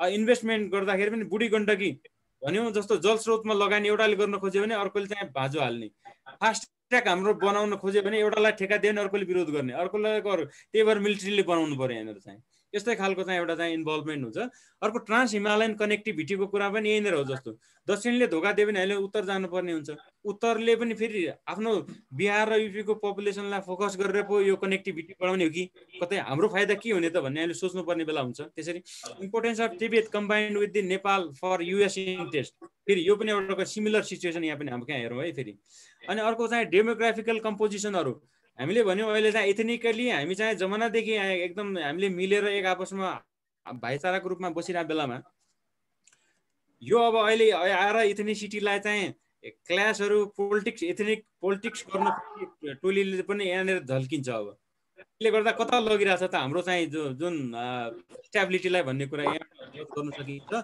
जुन कि हामीले चाहिँ एकदम महत्त्वपूर्ण कुरा हामीले देख्यौँ 1823 मा चाहिँ 8.4 मात्र आर्मेनियन भएको ठाउँमा कसरी 77% पुग्यो त भने त्यसै गरी हामीले चाहिँ जस्तो यो कहाँबाट देख्यो भने क्राइमियामा यो पोइन्टलाई मैले हाइलाइट गरेको कारण चाहिँ क्राइमिया र युक्रेनमा सोभियत सङ्घले कसरी त्यहाँको टार्टर पपुलेसनहरूलाई भित्र लगेर आफ्नो रसियनलाई उपस्थित गराएर आफ्नो रसियन स्पिकिङहरू रसियन इथनिसिटीलाई मेजोरिटी अथवा चाहिँ एउटा सर्टेन लेभलसम्म पुर्याइदियो त्यहाँ हामी कहाँ पनि अब कति लाख चाहिँ यो नागरिकताहरू बाँडिरहेछ वारिपारी भनेपछि अब त्यस्तै रिफ्युजीहरू आउने क्रम र हाम्रो पपुलेसन पनि हाम्रो यो मोडर्न पृथ्वीनारायण शाहले एकीकरण गर्दाखेरिको बखतमा त्यस पछाडि 1950 सम्म 2007 सालसम्मलाई पनि हाम्रो पपुलेसन कहाँ थियो 1988 मा चाहिँ त्यसो ट्रेन्ड पपुलेसनको ट्रेन्ड कसरी बढ्यो त साउथमा बढ्यो कि नर्थमा बढ्यो कि इन्टरनली बढ्यो कि पपुलेसन तराई साइडमा पहिला चाहिँ यो सिटहरू कतिवटा हुन्थ्यो एमपीका सिटहरू अब अहिले कति भयो पहाडमा ठुलो एरिया भयो पनि कम छ हेरौँ त यो पपुलेसनले कस्तो इम्प्याक्ट पर्छ यो चाहिँ जान्नुपर्ने कुरा हुन्छ यहाँ त्यसले गर्दा माइग्रेसन इन एन्ड आउट भित्र माइग्रेसन र बाहिर मैले कुरा गरेँ मुस्लिमहरू हाम्रो हामीसँग पृथ्वीनारायण शाहले ल्याएको बाहेक अरू मुस्लिमहरूको सङ्ख्या कम थियो भने यो इस्ट पाकिस्तान र यो वेस्ट पाकिस्तान त्यो बेलामा चाहिँ तत्कालीन अवस्थामा चाहिँ हुँदा क्रिएट हुँदा बङ्गलादेश जन्मिँदाखेरि चाहिँ नेपालमा चाहिँ त्यो पपुलेसन कसरी बढ्यो क्रिस्चियनिटीहरू कसरी बढिरहेछ त भन्ने कुरा फेरि त्यो पानी दियो यसरी अर्को चाहिँ अब मिलिट्री क्यापेबिलिटी अफ नेपाल आइरहेछ कुरा त्यो पुरा तातो पनि नहो कन्स्टिट्युसन हुन्छ म कुरा सुनिरहेछ हैन ओके ल अब अर्को कुरा चाहिँ मिलिट्री क्यापेबिलिटी नेपालको अब आर्मीलाई हामी हेरौँ भने नेपाली सेना कस्तो प्रकारको हुनुपर्ने र यसको देशको सुरक्षालाई कस्तो प्रकारको कम्पोजिसन हुनुपर्ने, अर्गनाइजेसन कस्तो, इक्विपमेन्ट कस्तो हुनुपर्ने, कहाँबाट इक्विपमेन्ट ल्याउनु पर्ने, लाइन अफ ट्रेनिङ कस्तो हुनुपर्ने, इन्डियन लाइनमा ट्रेनिङ गर्ने हो कि चाइनिज लाइनमा गर्ने कि नेटोको लाइनमा गर्ने कि युएसए को लाइनमा गर्ने भनेर चाहिँ नेटो र युएसए को उस्तै हुन्छ। लाइन अफ ट्रेनिङ आर्मीको कुन लाइनमा हुन्छ, साधारणतया मिसन ओरिएन्टेड ट्रेनिङ हुन्छ भने हाम्रो सन्दर्भमा ट्रेनिङ कस्तो हुने त भन्ने रोल केले गर्दो रहेछ त, डिक्टेट गर्दो रहेछ। योमा चाहिँ हामीले धेरै प्रकाश पार्नु परेन। मैले यति भन्दा कुरा बुझ्दा हुन्छ कि हाम्रो लाइन अफ ट्रेनिङ कस्तो छ त। अब एक्सप्लोइटेसन अफ नेचुरल रिसोर्सेसहरूलाई एक्सप्लोइट गर्नका लागि पनि हामी कहाँ भएको नेचुरल रिसोर्सहरूलाई पनि भएका फ्याक्ट्री पनि एउटा एज आउँछ जुन बेला हाम्रो फरेन पोलिसी डोमिनेन्ट हुन्छ, त्यो बेला चाहिँ हामीले इस्टाब्लिस गर्छौँ, अर्को कालखण्डमा आएर जिरोमा जान्छन्। जस्तो देशको इक्जाम्पल छ हाम्रो प्राइभेटाइजेसन पोलिसी ल्याएपछि हाम्रा कारखाना कता बेचियो भने जस्तो गरेर। अब त्यसै गरी अरू नेचुरल रिसोर्सहरू पनि भएकोमा चाहिँ खानीहरू, जलविद्युत किन फस्टाउँदैन त? अब नेपालमा जलविद्युत चाहिने भन्दा धेरै हामीले इन्भेस्ट गरेर निकाल्यौँ भने पनि मार्केट कहाँ बेच्ने त? हामीले न थर्ड पार्टी कन्ट्रीमा जान दिने, न आफूले किन्ने भने जस्तो मूल्य भनेपछि कसरी डेभलप गर्ने त भन्ने चिज हुन्छ नि नेचुरल रिसोर्स। यो पनि एउटा इम्प्लिकेसन चाहिँ हामीले बुझ्नुपर्ने हुन्छ। जसरी त्यहाँ छ हाम्रो ग्यास लाइनहरूलाई आर्मेनियाको नजिकै भएर जाने, नागर्नो काराबाखको नजिकैबाट लाने ट्रान्समिसन अफ ग्यास लाइनले गर्दाखेरि त त्यत्रो लफडा भइरहेछ भने हामी कहाँ नै भएको उत्पादनलाई हामीले लानुपर्ने अवस्थामा चाहिँ ट्रान्समिसन कताबाट जान लानु पर्ला हामीले सजिलै अनुमान गरे हुन्छ। हामी कहाँ भएकोले के गर्न मिल्ला? यो चाहिँ विभिन्न डाइनामिक्सले। अर्को कुरा चाहिँ ह्युमेनिटेरियन डाइनामिक्सले हेर्दाखेरि पनि अब हाम्रो त कहिले पनि भनौँ न तिनीहरूको अवस्थामा चाहिँ ती नागर्नो काराबाखमा भएका मान्छेहरूले को जीविकोपार्जन कहाँबाट कहाँ पुग्ने पर्ने बेलामा जहिले पनि त्यही चाहिँ मान्छे मर्नेको अवस्था, life damage, casualty to civilians भन्नेमा त्यहाँ छ। जहिले पनि सेटब्याक फेर्नुपर्ने भएपछि त हाम्रो विगतको 10 वर्ष जनयुद्धमा पनि हामीले देख्यौँ नि त, माओइस्ट इन्सर्जेन्सीको बेलामा पनि सिक्युरिटीको अवस्था कस्तो थियो। त्यही अवस्था जहिले पनि रहिरह्यो भने त हाम्रो उकुस मुकुस हुने अवस्था आउने हुनाले पनि यो देखिन्छ। अब यसै गर्दाखेरि सम सजेस्टेड टिप्स। अब यो यहाँनिर त मैले चाहिँ यो नागर्नो काराबाखको कुरा सिद्ध्याएँ। अब नागर्नो काराबाखको रिलेटेड केही कुराहरू चाहिँ यो पोलिसीगत र अर्को कुनै ट्रेन्ड रिलेटेड है, फेरि पिन पोइन्ट फलानु चाहिँ यो डेटमा के भएको थियो भने त you can find out from internet. But ट्रेन्डको कुराहरू चाहिँ यो रिलेटेड, इस्यु रिलेटेड कुनै क्वेसन छ भने भनौँ। त्यसपछि हामी चाहिँ थप छलफल चाहिँ अलिकति यो चाहिँ टिप्सहरूको बारेमा, कसरी हाउ टु राइट भन्ने बारेमा र अर्को जाउँला। Excuse me sir. Yes sir, good afternoon sir. Yes Ravi होला। Sir right sir. यस यो अस्ति इरानले चाहिँ it's going to be a regional conflict भनेर भन्दै थियो सर उसले। यदि त्यो एरियामा रिजनल कन्फ्लिक्ट भयो भने प्रोबेबल एलाइजहरू को हुन्छ हजुर फरेन अगेन्स्ट? रिजल्भ गर्नलाई कन्फ्लिक्ट भएपछि रिजल्भ भन्दा पनि कन्फ्लिक्टमा गयो भने रिजनल एलाइहरू के हुन्छ र के को इन्ट्रेस्टमा तिनीहरू चाहिँ एलाइ हुन्छ? हो, त्यही त अघि नै मैले त्यत्रो स्लाइडमा चाहिँ के 4वटा ट्रायंगल बताएको, लेभल अफ ट्रायंगल बताएको थिएँ नि मैले। 4वटा ट्रायंगलहरुमा मैले बताएँ। एउटा चाहिँ इमिडिएट ट्रायंगल बताएँ मैले कि जो चाहिँ अनरिकग्नाइज पार्टीहरू हुँदा अल्खाब्जिया चाहिँ यो ओसेटिया र अनि त्यसपछि जुन चाहिँ नागर्नो कराबाखका यस्तै टेरेन कि कश्मीर टाइपका हुन्छ नि, जस्तो हाम्रो कश्मीर देख्यौ नि। हामी त कश्मीर चाहिँ कस्तो भने छुट्टै राज्य नभइसकेको त यस्तै खालको टेरिटोरी भएको, एकअर्का एउटालाई अप्ठ्यारो पर्ने बित्तिकै सबैलाई परिहाल्ने इमिडिएट नजिककाहरूको एउटा ट्रायंगल। तिनीहरूलाई त पर्ने नै भइहाल्यो। एउटा एल्ली भने पनि सपोर्ट गरे पनि, तिनले सपोर्ट गरे पनि युएनले रिकग्नाइज गरेको छैन, बारेका पार्टीले गरेको छैन, उनीहरूले गरेर के हुने तर प्रभाव चाहिँ पर्ने खालका। दोस्रो ट्रायंगल मैले बताएँ, त्यहाँनिर चाहिँ नजिकैको अजरबैजान, आर्मेनिया र जर्जिया नजिकैका, जसले चाहिँ त्यसमा चाहिँ प्रभाव पार्ने खालका, यिनीहरूलाई एउटा एल्लीहरू भयो भने यिनीहरू हुन्छन्। अर्को कुरा चाहिँ सोभियत युनियन र युएसको कुरा गरे करेन्टली हेर्ने भने युएस इन्ट्रेस्ट र यसको सोभियत इन्ट्रेस्ट चाहिँ मिलेको देखिन्छ। खास भन्नुपर्दा अपोनेन्ट साइडमा हेऱ्यो भने जस्तो अजरबैजानीजको फेभरमा यिनीहरूलाई जस्तो पाकिस्तानीहरू, टर्किसहरू चाहिँ यिनीहरू त्यहाँ देखिन्छ। इरान केही हदसम्मलाई चाहिँ अहिलेसम्म न्युट्रलै देखिन्छ है तत्काल अवस्थामा, तर फेभर गऱ्यो भने अझ डेफिनेटली अभियसली यसलाई गर्ला, अजरबैजानलाई गर्यो भने। अनि किनकि अब जस्तो इजरायलले देख्यो, अर्को एल्ली देखियो, वेपन बेच्नु पर्ने र बेचेकोमा चाहिँ यसले पनि बेचेको छ अजरबैजानलाई, किन गर्यो भन्ने पनि मैले बताएँ। अब अर्को कुरा, अर्को ट्रायंगल मैले बताएँ, त्योभन्दा ठुलो ट्रायंगल, अर्को ट्रायंगल के बताएको थिएँ मैले, युएस यो रिजनल पार्टीहरू। तेस्रो ट्रायंगलको बारेमा कुरा गर्दाखेरि चाहिँ रसिया, त्यसपछि यो इरान र टर्कीको कुरा गरेँ मैले है, नजिकको चाहिँ फेरि। अनि चौथो ट्रायङ्गलको कुरा गऱ्यौँ रसिया युएसए र EU अलिक ठुलो दायरामा हेऱ्यौँ हामीले यिनीहरूको पनि आफ्नो इन्ट्रेस्ट भएको हुनाले यो मध्येकै पार्टीहरू अब अघि नै मैले एउटा चाहिँ रवि भाइलाई भन्नुपर्ने के छ अरू सबैलाई यो मार्फत के भने कि पर्मानेन्टली यो नै इन्ट्रेस्ट भने त्यो डिसिजन मेकिङ भेरी डिफिकल्ट त्यो कन्ट्रीहरूका लागि इमिडिएटली देख्ने डोमिनेन्ट फाइदा यो नै फाइदा छ भन्ने अवस्थामा बाहेक जस्तो पाकिस्तानीको कुरामा गर्यो भने पाकिस्तानले त अब उसँग पनि ऋण लिएको होला उसँग ऋण लिएको होला उसँग मुस्लिमको नाता होला उसँग अर्को नाता होला कसको फेभर लिने भन्दा अभियसली हामी त ल अजरबैजानीको ल्याउनु त भने जस्तो गरेर डिसिजन मेकिङ जस्तो इराक वारमा पनि पहिला यही भएको थियो कसले कसको फेभर लिने त भन्ने यो केसमा पनि हेऱ्यो भने कति बेला चाहिँ ड्र्याग गरेर घिसारेरै पनि जबरजस्ती पनि फेभर गर्नुपर्ने हुन्छ कतिपय अवस्थामा चाहिँ जो पावरफुल कन्ट्रिज छ भने इन्डिपेन्डेन्ट प्लेयर भयो नि जस्तो इरान र टर्की अब रसिया इन्डिपेन्डेन्ट प्लेयर भएपछि जसले जसको समर्थन पनि लिन सक्छ नि त तर इन्डिपेन्डेन्ट प्लेयर नभएको बेलामा हामी नेपाली जस्तो हो भने त इन्डियाले ल यसलाई चाहिँ समर्थन गर्छ नत्र तँलाई ठिक गर्छु भन्यो भने त कहिलेकाहीँ हाम्रो बाध्यता पनि हुन जान्छ त्यसले गर्दा यस्तो अवस्था बाहेक कि प्लेयरहरूले चाहिँ आर्मेनिया र चाहिँ उतापट्टि कसले कता सपोर्ट गर्छ मैले बताएँ यही नै हो ओके अरू sir good afternoon sir thank you sir yes sir good afternoon sir म दिवस हजुर दिवस भन सर यो अर्मेनिया र अजरबैजानमा चाहिँ सर यो वेपन बेच्नको हिसाबले चाहिँ इजरायलले क्रिस्चियनलाई बेचेको छ सर वेपन क्रिस्चियनलाई बेचेन उसले त मुस्लिमलाई बेच्यो अजरबैजानीलाई बेच्यो अजरबैजानीलाई बेच्यो होइन सर अनि यता अर्मेनियालाई चाहिँ रसिया र युएसले बेचे होइन सर वेपनहरू सर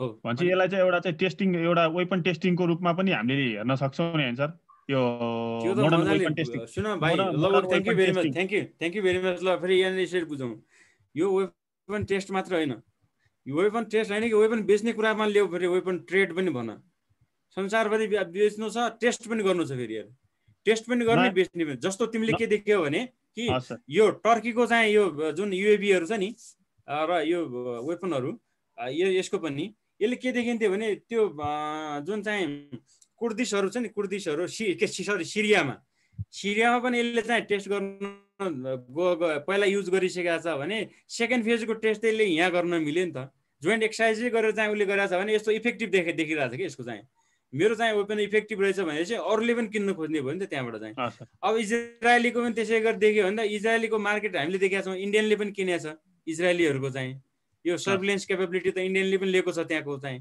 त्यसै गरी त्यो टेस्ट पनि हो ट्रेड पनि हो र कतिपय त आउटडेटेड भएका जो छ भने कतिपय त त्यहाँ सिद्ध्याउने पनि होला उस्तै गरी जस्तो उदाहरणको लागि चाहिने पनि हुन्छ जस्तो अहिले युएस र चाइनाको कन्फ्लिक्टमा पनि काम लाग्ने हुनाले यदि कुनै ठाउँमा भइहाल्यो भने समुद्र सबमरिन अनि कुनै ठाउँमा एरियामा भयो अथवा चाहिँ टेरिटोरीमा भयो भने पनि भए जतिका आफ्ना चाहिँ पुराना चाहिँ आर्सेनलहरू कहाँ लगेर डिस्पोज गर्ने त यहीँ फायर गरिदिएपछि जहाँ गए जान्छ भन्ने इन द प्ले अफ भन्ने मिल्यो नि त कुरा बुझ्यो होइन हामी कहाँ भएको 1989 79 1970 देखिको बमहरू कहाँ डिस्पोज गर्ने त एउटा चारवटा फायर गर्यो भने एउटा मात्र पड्किन्छ तीनटा मिसफायर हुन्छ कहीँ न कहीँ त डिस्पोज गर्नुपर्छ नि त त्यसले गर्दा कहिले काहीँ त पुरानोलाई रिसाइकल गर्ने रूपमा पनि युज गरिदिन्छ हेर यहाँ त यिनीहरूले भन्नै सकिन्न फेरि अब यो हो कुरा ओके अरू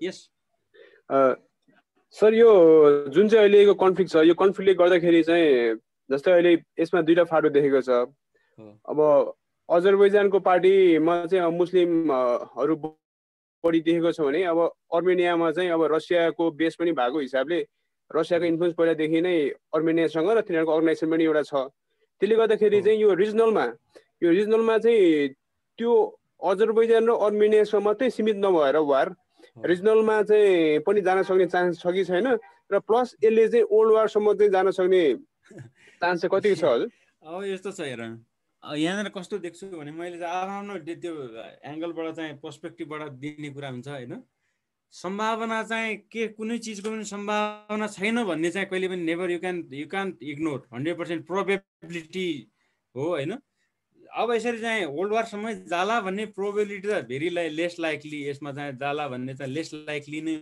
हुन्छ यो कहिलेकाहीँ कस्तो पनि हुन जान्छ भने डाइभर्ट गर्ने भन्ने हुन्छ नि जस्तो चाइना र युएसको यतापट्टिको भएको अहिले त हामी अलिकति थोरै स्याडोमा परे जस्तो देख्छौँ नि हामी एउटा कुरा चाहिँ डाइभर्ट गर्ने हिसाबले पनि कहिलेकाहीँ एस्कालेसन हुन्छ किनकि यो त अहिले मात्र होइन कि 1991 देखि नै 1989 देखि जुलुस हुने 91 देखि नै भएर 94 मा सिज फायर अहिलेसम्म पनि last 26 years we have seen the cease fire but no more cease fire खाली चाहिँ नो वार नो पिस हामीले देखिरहेको अवस्था हो अहिले यो एस्कालेट भएको मात्र हो भोलि रसियाले चाह्यो भने रसियन के चाहन्छ भने जस्तो रसियनले वर्ल्ड वार भएर फाइदा के हुन्छ त यसबाट धेरै ठुलो तात्विक भिन्नता आएन भने त खाली चाहिँ उसलाई के गर्नु छ भन्दा साउथ ककेसियनलाई चाहिँ आफ्नो पोलिटिकल डोमिनेन्स भित्र राखिरहने हो त्यसले गर्दा उसले उसको पोलिसी कस्तो देखियो भने ल हेर भने स्याम 400 को वेपन त अजरबैजानीलाई त रसियनले बेचेको हो नि त यतापट्टि आर्मेनियाको सबै हुँदा हुँदै पनि रसियनले त त्यहाँ पनि बेचिरहेछ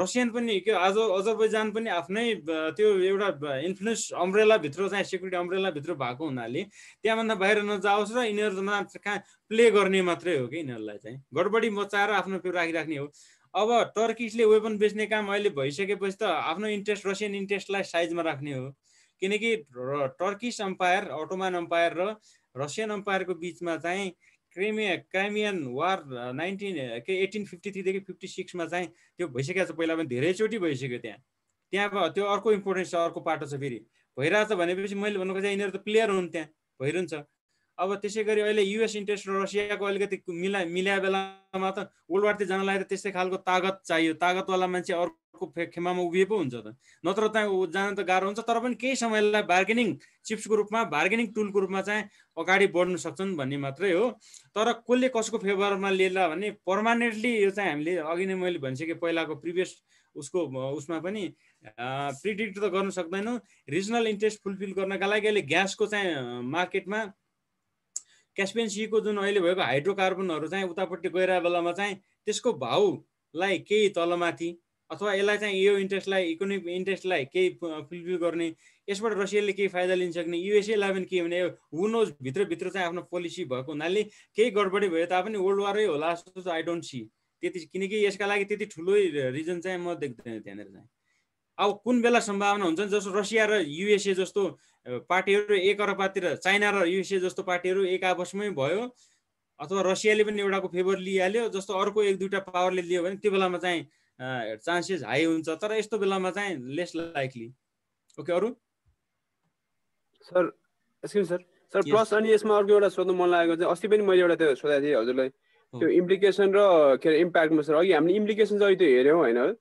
जस्तै अब इम्प्लिकेसनमा त्यो भयो भने चाहिँ इम्प्याक्ट र इम्प्लिकेसनमा चाहिँ हामीले कसरी त्यसलाई त डिफ्रेन्सिएट गर्ने हो त्यसमा हामीले बनाए अच्छा इम्प्याक्ट यस्तो छ इम्प्याक्ट के भन्न मिल्यो भने यसको इम्प्याक्ट के हुनसक्ला इमिडिएट इम्प्याक्ट भने हामीले फिल गर्ने इम्प्याक्ट हुन्छ नि उनीहरूले फिल गर्ने इम्प्याक्ट यसको पनि लेयर छ फेरि इम्प्याक्टको कुरा गरौँ ओके ल पहिलो इम्प्याक्ट चाहिँ हाम्रो इमिडिएट इम्प्याक्ट भनेको उतापट्टि चाहिँ एउटा इम्प्याक्ट ह्युमन डाइमेन्सनमा ह्युमेनिटेरियन डाइमेन्सनमा मान्छे क्याजुअलिटी सिभिलियन र लाइफ र उनीहरूको प्रोपर्टीहरू ड्यामेज भएको अवस्था जुन छ इमिडिएटली एउटा तिनीहरूलाई इम्प्याक्ट परेको छ अर्को कुरा चाहिँ इम्प्याक्ट पर्ने भनेको ग्यासोलिन सप्लाईमा इम्प्याक्ट पर्न सक्ने जुन मैले तनाव र ट्याप भनेको थिएँ त्यसै गरी अरू जुन मेजर पाइपलाइनहरू चाहिँ क्यास्पियन सीको चाहिँ हाइड्रोकार्बनहरू युरोपतिर सप्लाई हुनेमा चाहिँ यदि त्यसले चाहिँ 1% मात्रै पनि त्यसले गरिदियो भने वर्ल्ड मार्केटमा 5% यसले चाहिँ वृद्धि हुन्छ त्यहाँ यो ग्यासको भाउ वृद्धि हुन्छ कि त्यहाँनिर चाहिँ यसले गर्दाखेरि चाहिँ फेरि त्यो एउटा चाहिँ इमिडिएट इम्प्याक्ट भयो त्यहाँ अनि त्यस पछाडि चाहिँ अर्को इम्प्याक्टहरू भनेको चाहिँ त्यसैको लागि चाहिँ कहिलेकाहीँ हुन्छ नि जस्तो बेन्जिर भुट्टोलाई पाकिस्तानमा फाँसी दिने बित्तिकै नेपालमा 36 सालको चाहिँ विद्यार्थी आन्दोलन सुरु भयो भने जस्तो हो कि त्यहाँ कहिलेकाहीँ त्यो खालको इम्प्याक्ट हुनसक्छ अनि जस्तो उनीहरूको इन्टरनली कस्तो भयो भने अजरबैजानीको मिलिट्री पावरमा तपाईँले सारा सरकारले त्यहाँको डिक्टेट त्यो सरकारले लगानी गर्दा त्यत्रो चाहिँ टर्कीको फाइदा लिँदा पनि तपाईँहरू चाहिँ यही मौका पारेर चाहिँ ल त आर्मेनियालाई यिनीहरूलाई ठिक गर्नुपर्छ हाम्रो गुमेको भूभाग फिर्ता लिनै पर्छ हाम्रो कालापानी लिपुलेक फिर्ता लिने भने जस्तै हो त्यो तिनीहरूले पनि त्यो एउटा ठुलो खालको चाहिँ जुन डेमोन्स्ट्रेसन गरिरहेछ नि त्यहाँ एउटा इम्प्याक्ट तत्कालै इन्टरनल डेमोन्स्ट्रेसन भयो अर्को कुरा चाहिँ फेरि रसियन फरेन मिनिस्टरको उसमा चाहिँ इमिडिएटली त्यो पनि इन्भल्भ हुनु पर्यो फेरि जुन रिजनल पार्टीहरू एक्टिभेट भयो इम्प्याक्ट त्यसमा चाहिँ रसियाले पनि सोच्नुपर्ने बाध्यता आयो आर्मेनियालाई मैले चाहिँ सपोर्ट गर्दै अजरबैजानी पो ताकतवर आयो भने कतै मेरो लेटेस्ट वेपन सिस्टम फाइटर एयरक्राफ्टहरू अब सुखोई 25 देख्यौँ नि हामीले अब ठुको 25 भएर सुकै 30 अरू आइसक्यो यसको यो पो बेच्नुपर्ने हो कि आर्मेनियालाई कतै के यो अजरबैजानलाई साइजमा ल्याउनलाई उसले पनि सोच्नुपर्ने बेला भयो। यो चाहिँ इम्प्याक्ट भयो। इम्प्लिकेसन भनेको चाहिँ त्यसको इम्प्लिकेसन चाहिँ लङ टर्मका इम्प्लिकेसनहरू जस्तो हाम्रो सन्दर्भमा मैले भने इम्प्लिकेसन त हाम्रो लागि हेर्ने हो, अरूको लागि हेरेर त के काम छ होइन। जस्तो हाम्रो लागि इम्प्लिकेसनको कुरा मैले अघि नै ठुलै फेरि प्रस्तुत गरेँ। त्यहाँनिर चाहिँ तिनीहरू चाहिँ हाम्रा लागि त इम्प्लिकेसन मात्र भए, इम्प्याक्ट भनेको त ग्यास बढ्यो भने हाम्रो तेलको भाउ बढ्ला कि भन्ने, ग्यासको भाउ बढ्ला कि भन्ने डर मात्रै हो। अरू सिधै इन्ट्रेस्टहरू त नदेखेला। केही हदसम्म इम्प्याक्ट कस्तो हुन्छ भने इन्डो यो युएस अथवा इन्डो चाइना यो कन्फ्लिक्टमा चाहिँ यहाँनिरको चाहिँ साम्य भयो भने हाम्रै मान्छे पनि छ नि त गोर्खालीहरू त्यहाँनिर, त्यो भइदिएन भने त आखिरमा साम्य भएर उतापट्टि डाइभर्ट भयो, ध्यान आकर्षण भयो भने त यता ठिक होला कि भन्ने इम्प्याक्ट अलिकति हुने मात्रै हो। अदरवाइज यही नै हो। ओके, अरू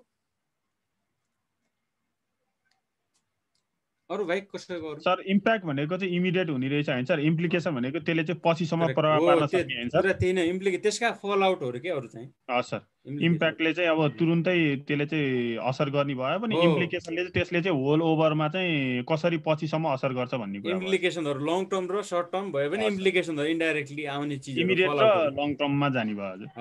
हजुरले भन्छ जस्तो। ओके, अरू सर यो इम्प्लिकेसनमा हाम्रो के अरे हाम्रो तरिकाबाट हेर्ने हो सर त्यसलाई। सर हामीलाई कस्तो इम्प्लिकेसन हुन्छ भनेर हेर्ने हो सर त्यसलाई कि त्यो हाम्रो हैन जसको तरिकाले पनि एउटा इम्प्लिकेसन, त्यसका पोलिटिकल इम्प्लिकेसन भन्छौँ नि हामी, स्ट्र्याटेजिक इम्प्लिकेसन, ह्युमनिटेरियन इम्प्लिकेसन, यसो मेडिकल इम्प्लिकेसन भने जस्तो गरेर एउटाले चाहिँ मानव यो अहिले कोरोनाको औषधि पत्ता लगाइदियो भने त्यसको इम्प्लिकेसन कस्तो होला त, इमिडिएट इम्प्याक्ट के पर्ला, इम्प्लिकेसन कस्तो होला त लङ टर्ममा। व्यापारी जुन पैसा कमाउन खोजिरहेछ नि, पोलिटिक्स गर्नेहरू, पैसा कमाउनेहरूलाई, बिल गेट्स टाइपकालाई 2-4वटा कम्पनीमा उसको मात्र फन्डिङ भएकाहरूलाई त्यसले कस्तो इम्प्लिकेसन देला उसले सोच्नु बाध्य होला नि त, अर्को के गर्ने हो कि खुरापाती। ओके, अरू के छ? ल सायद छैन रहेछ भने छ भने भनौँ, अझ नत्र म फेरि अर्को स्टेजमा प्रवेश गर्छु, फेरि सम सजेस्टेड टिप्सहरू भन्ने बारेमा चाहिँ। Should we move to next phase? Sir हुन्छ सर। ल ओके, ल त्यसो भने अब हामीलाई यो बुझ्नुपर्ने, यो त मैले एउटा कुरा बताएँ, I hope I could make you to some extent clarify the issue. अब चाहिँ यहाँनिर हेर्नुपर्ने कुराहरू, अघि नै मैले एउटा फ्याक्टरबाट राम्रो तरिकासँग जुन फ्याक्टरहरूको कुरा गरेको छु, कुनै पनि कुरालाई एनालाइज गर्दाखेरि चाहिँ अब मैले यहाँ सजेस्टेड टिप्सहरू मात्र दिने हो। मैले यी रहेका केही हेडिङहरूमा रहेर र तपाईहरुको क्वेशन केही भयो भने त्योमा पनि छुट्टैमा मौका दिन्छु क्वेशन सोध्ने, डाउटहरु यसमा पनि त्यो प्रोसिजरल कुराहरुमा चाहिँ फेरि जाउँला फेरि है। टाइम म्यानेजमेन्टको कुरा छ।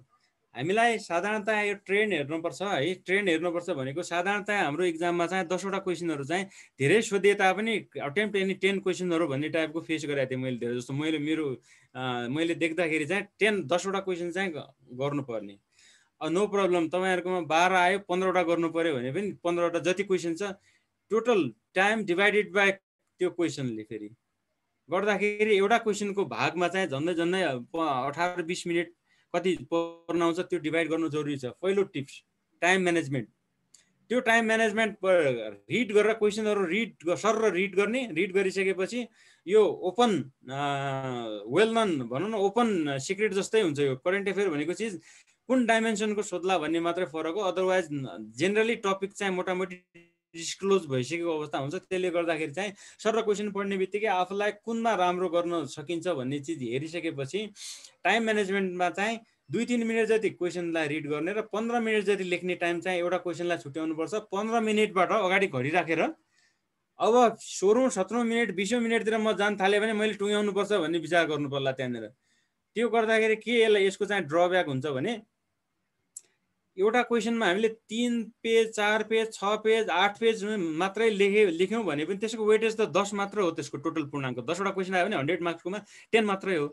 10 वटामा चाहिँ हामीले 8 सेक्युर गर्यो भने अर्को सिङ्गो 2टा क्वेशन छुट्यो भने त 20 नम्बर हामीले त्यहाँ लुज गर्यौं। त्यसले गर्दाखेरि टाइम म्यानेजमेन्ट। दोस्रो कुरा चाहिँ एलिजिबिलिटी अफ ह्यान्ड राइटिङ भन्छ। लेख्ने त लेख्ने, तर चाहिँ चराले चाहिँ फेरि छेरा जस्तो ह्यान्ड राइटिङ लेख्यो भने पनि यदि बुझ्ने कुरा, हामीले बुझ्ने कुरा प्रष्ट रूपमा बुँदागत रूपमा इन्स्ट्रक्टरलाई बुझाउने गरी सफा तरिकाले लेख्न सक्यो भने ठिक्क लेख्यो भने उसको नम्बर अघि अस्ति पनि कुरा गरेको थिएँ मैले त्यो खालको लेख्नुपर्ने हुनाले सफा ह्यान्डराइटिङ लेख्ने मजासँग बुझिने खालको सकेसम्म। अर्को कुरा चाहिँ identify the limits of question. कुनै क्वेसन सोधियो भने पनि त्यसको अप्पर र लोवर लिमिट पत्ता लगाउनुपर्छ। यो भन्न खोजेको के भने हामीले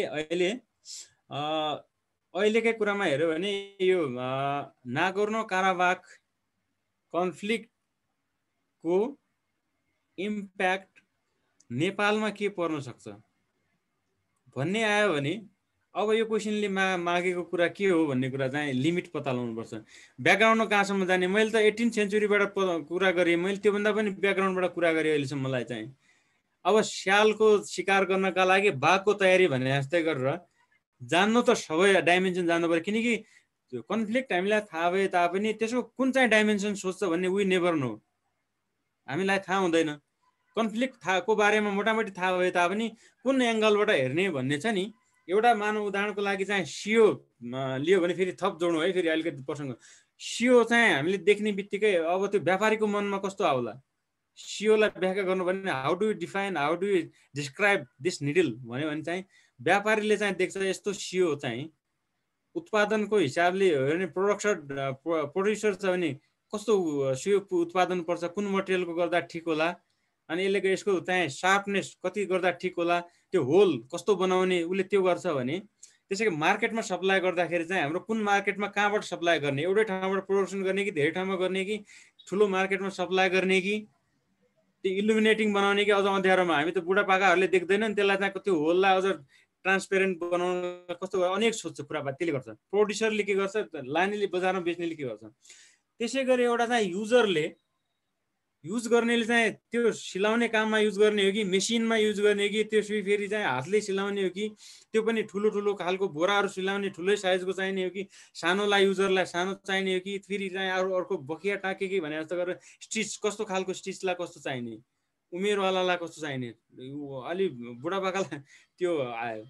त्यसै गरी अर्को चाहिँ फेरि मेटल बनाउनेले अर्को त्यो मैले भनेको कि यसै गरी अरू कुरा प्याकिङवाला अनेक आउँछन् यहाँ त, फेरि कमिसनवाला, भ्याटवाला, गभर्मेन्टवाला, प्राइभेटाइज गर्ने कि गभर्मेन्टले बनाउने कि सियो भने जस्तो गरेर यो विभिन्न दृष्टिकोणले एउटै चिजलाई हेर्न सक्यो भने जस्तै गरेर त्यो इम्प्याक्टलाई त्यो कुनै पनि डाइमेन्सनलाई हामीले त्यो करेन्ट इभेन्ट थाहा पाए तापनि कुन डाइमेन्सनबाट इन्स्ट्रक्टरले क्वेसन सोध्ला भन्ने हामीले थाहा नपाउने हुनाले त्यो स्यालको शिकारका लागि बाघको तयारी भनेको कारण के भने ह्युज डाइमेन्सनबाट विभिन्न पर्सपेक्टिभबाट चाहिँ हामीले अघि नै मैले देखाएका फ्याक्टरहरूको त्यो एङ्गलहरूबाट विभिन्न एङ्गलबाट हेर्ने तयारी गर्ने र त्यो अप्पर लिमिट र लोवर लिमिट भन्ने बित्तिकै जुन एङ्गलबाट सोधिएको छ त्यसको अप्पर लिमिट भनेको ब्याकग्राउन्ड हिस्ट्रीमा कहाँसम्म जाने, नजिकसम्म जानु पर्यो, धेरै टाढा गएर काम छैन, सर्ट पोइन्ट फर्ममा चाहिँ छोटो ब्याकग्राउन्ड चाहिँ दिनुपर्ने हुनाले त्यो लिमिट भयो। अब लोवर लिमिट भनेको अगाडि कहाँसम्म जाने त भन्ने कुरा चाहिँ फेरि इम्प्लिकेसन नेपालमा कस्तो इम्प्लिकेसन पर्ला भन्यो भने त त्यसको इम्प्लिकेसनलाई धेरै लेख्नु परेन, ठिक्क लेखे पुग्यो। र अहिलेको करेन्ट इभेन्ट के छ त, वास्तविक इस्यु के हो त भन्ने डिफाइन पनि गर्नु पर्यो त्यहाँनिर चाहिँ, डिस्क्राइब र डिफाइन। त्यसले गर्दाखेरि चाहिँ लिमिट पत्ता लगाउने थियो। अर्को कुरा चाहिँ अब how much you can write based on the weightage of a question. Weightage क्वेसनले कति मागेको छ भन्ने कुरा आयो। 10 नम्बरको एउटै क्वेसन सोधेको छ कि अथवा राइट सर्ट नोट्स भनेको चाहिँ भनेर 4वटा चाहिँ सर्ट नोट आएको छ, 10 नम्बरको छ, एउटालाई 2.5 छ भने धेरै लेखिरहनु परेन, त्यस्तो 4वटालाई लेख्नुपर्छ नि त। 15 मिनट डिभाइड गर्नु छ भने 4 मिनट दियो, 4 मिनटमा हामी कति लेख्न सक्छौँ वी क्यान जज, त्यो अनुसारले लेख्ने। अर्को कुरा चाहिँ अब फेरि likely sub heading of your एन्सरमा चाहिँ ब्याकग्राउन्ड अलिकति लेख्नुपर्छ। ब्याकग्राउन्डमा चाहिँ हामीले चाहिँ कुनै पनि चिजलाई चाहिँ कोरिलेट गराउने कि त्यो कुनै कन्टेक्स्टमा राख्ने, कन्टेक्स्चुअलाइज गर्ने हो यो चाहिँ ब्याकग्राउन्ड। करेन्ट इभेन्ट के छ, अहिले के भइरहेछ त भन्ने लेख्ने। करेन्ट इभेन्ट पनि कुन लेख्नुपर्छ भने मैले भने सोधिएको के छ त्यसलाई फोकस गरेर करेन्ट इभेन्ट लेख्नुपर्छ। फेरि सोधिएको कुरा चाहिँ एउटा मेडिकल पोइन्ट अफ भ्यूले सोधिएको छ कि मिलिट्री हार्डवेयरको बेच्ने पर्सपेक्टिभले सोधिएको छ कि त्यसको इम्प्याक्टको दृष्टिकोणले सोधिएको छ कि पोलिटिक्सको दृष्टिकोणले सोधिएको छ कि अब ह्युमेनिटेरियन एड कसरी सप्लाई गर्नेको दृष्टिकोणले सोधिएको छ कि कुन दृष्टिकोण सोधिएको, त्यसै अनुसारको करेन्ट इभेन्टलाई पनि मिलाएर लेख्नुपर्छ। अर्को डिस्कसन त्यही भित्र करेन्ट इभेन्ट र डिस्कसन त्यसपछि अब अनि कुनै ल्याङ्ग्वेज कस्तो हुन्छ भने एउटै चिजले एउटा शब्द राख्ने बित्तिकै पनि त्यसले चाहिँ अर्थ दिन सक्दैन। त्यहाँ त्यो के चाहिन्छ भने त्यो शब्दलाई चाहिँ व्याख्या गर्नु पर्दाखेरि चाहिँ डिस्कसन गर्दाखेरि ट्रेन्डको व्याख्या गर्नुपर्छ, कोरिलेसनहरू देखाउने खालको हुनुपर्छ। कन्टेन्ट मात्र धेरै भएर भएन, inter relationship of the content फ्याक्टरको कुरा गरेँ मैले। जस्तो त्यहाँ अघि नै मैले ट्रायङ्गलहरू किन देखाउनु पर्यो भन्दा ट्रायङ्गल भनेका 2-3टा देशहरू छन्, तीनटा देशहरूका मैले 4वटा ट्रायङ्गल बताएँ नि। एक अर्कासँगको रिलेसनसिप के हो, त्यसको इन्ट्रेस्ट त्यहाँ के हो भनेर कोरिलेसन देखाउनु खोजेको हामीले। त्यसै गरी यहाँनिर डिस्कसन गर्दाखेरि नि यसरी कोरिलेसनहरू चाहिँ हामीले देखाउनुपर्छ, त्यहाँबाट अनि बल्ल डिडक्सन निकाल्ने हो। जुन सोधेको कुरामा डिडक्सन निकाल्नका लागि discussions the content of discussion यो चाहिँ is guided by the question. सोधेको क्वेसनले चाहिँ गाइड गर्छ यो दुईटालाई। अर्को कुरा चाहिँ एक्चुअल एन्सर लाइज हियर। अब यहाँनिर ठ्याक्क जुन सोधेको कुरा चाहिँ यहाँनिर चाहिँ लेख्नुपर्छ। त्यसो डिस्कसन पछि ठ्याक्क कुरालाई सोधेको के थियो त्यो डिडक्सन तपाईँको विचार कस्तो होला भनिएको छ भने मेरो विचारमा त्यस कारणले माथिको करेन्ट इभेन्ट यो भइरहेछ, मैले चाहिँ डिस्कसनमा चाहिँ यो भनेको हुनाले त्यसबाट म के देख्छु भने अहिले चाहिँ यस्तो होला है यहाँ भनेर यहाँ लेख्ने हो तल डिडक्सन यहाँनिर। अनि कन्क्लुजन भनेको चाहिँ अब ओभरअलमा चाहिँ कन्क्लुड गर्दाखेरि चाहिँ यो इभेन्टहरूलाई चाहिँ यसरी जाला भने चाहिँ थोरकरी मिल्यो, टाइम छ भने धेरै कन्क्लुड गरौँ, otherwise you may not conclude. यहाँ न माथि नै भइहाल्छ यसैमा, एक्चुअल एन्सर लाइज हियर यसैमा भइहाल्छ। अब यहाँनिर देखाएको कुरा मैले किन यो देखाउँछु एउटा कुरा भने जस्तो मानौ मेरो लेख्ने स्पिड धेरै स्लो छ, ठिक्क छ, अनि मैले चाहिँ कति लेख्ने भन्ने एउटा जज गर्नु सक्यो। अर्को कुरा चाहिँ म टाइम कसलाई कति दिने भन्ने टाइम म्यानेजमेन्ट त मैले हेरेको थिएँ, तर त्यो टाइम म्यानेजमेन्ट हेर्दै पनि फुस्को टाइम आधा घन्टा भइसकेछ, मैले त बिर्सेछु, भुसुकै लेखै भएछु एउटै क्वेसनलाई।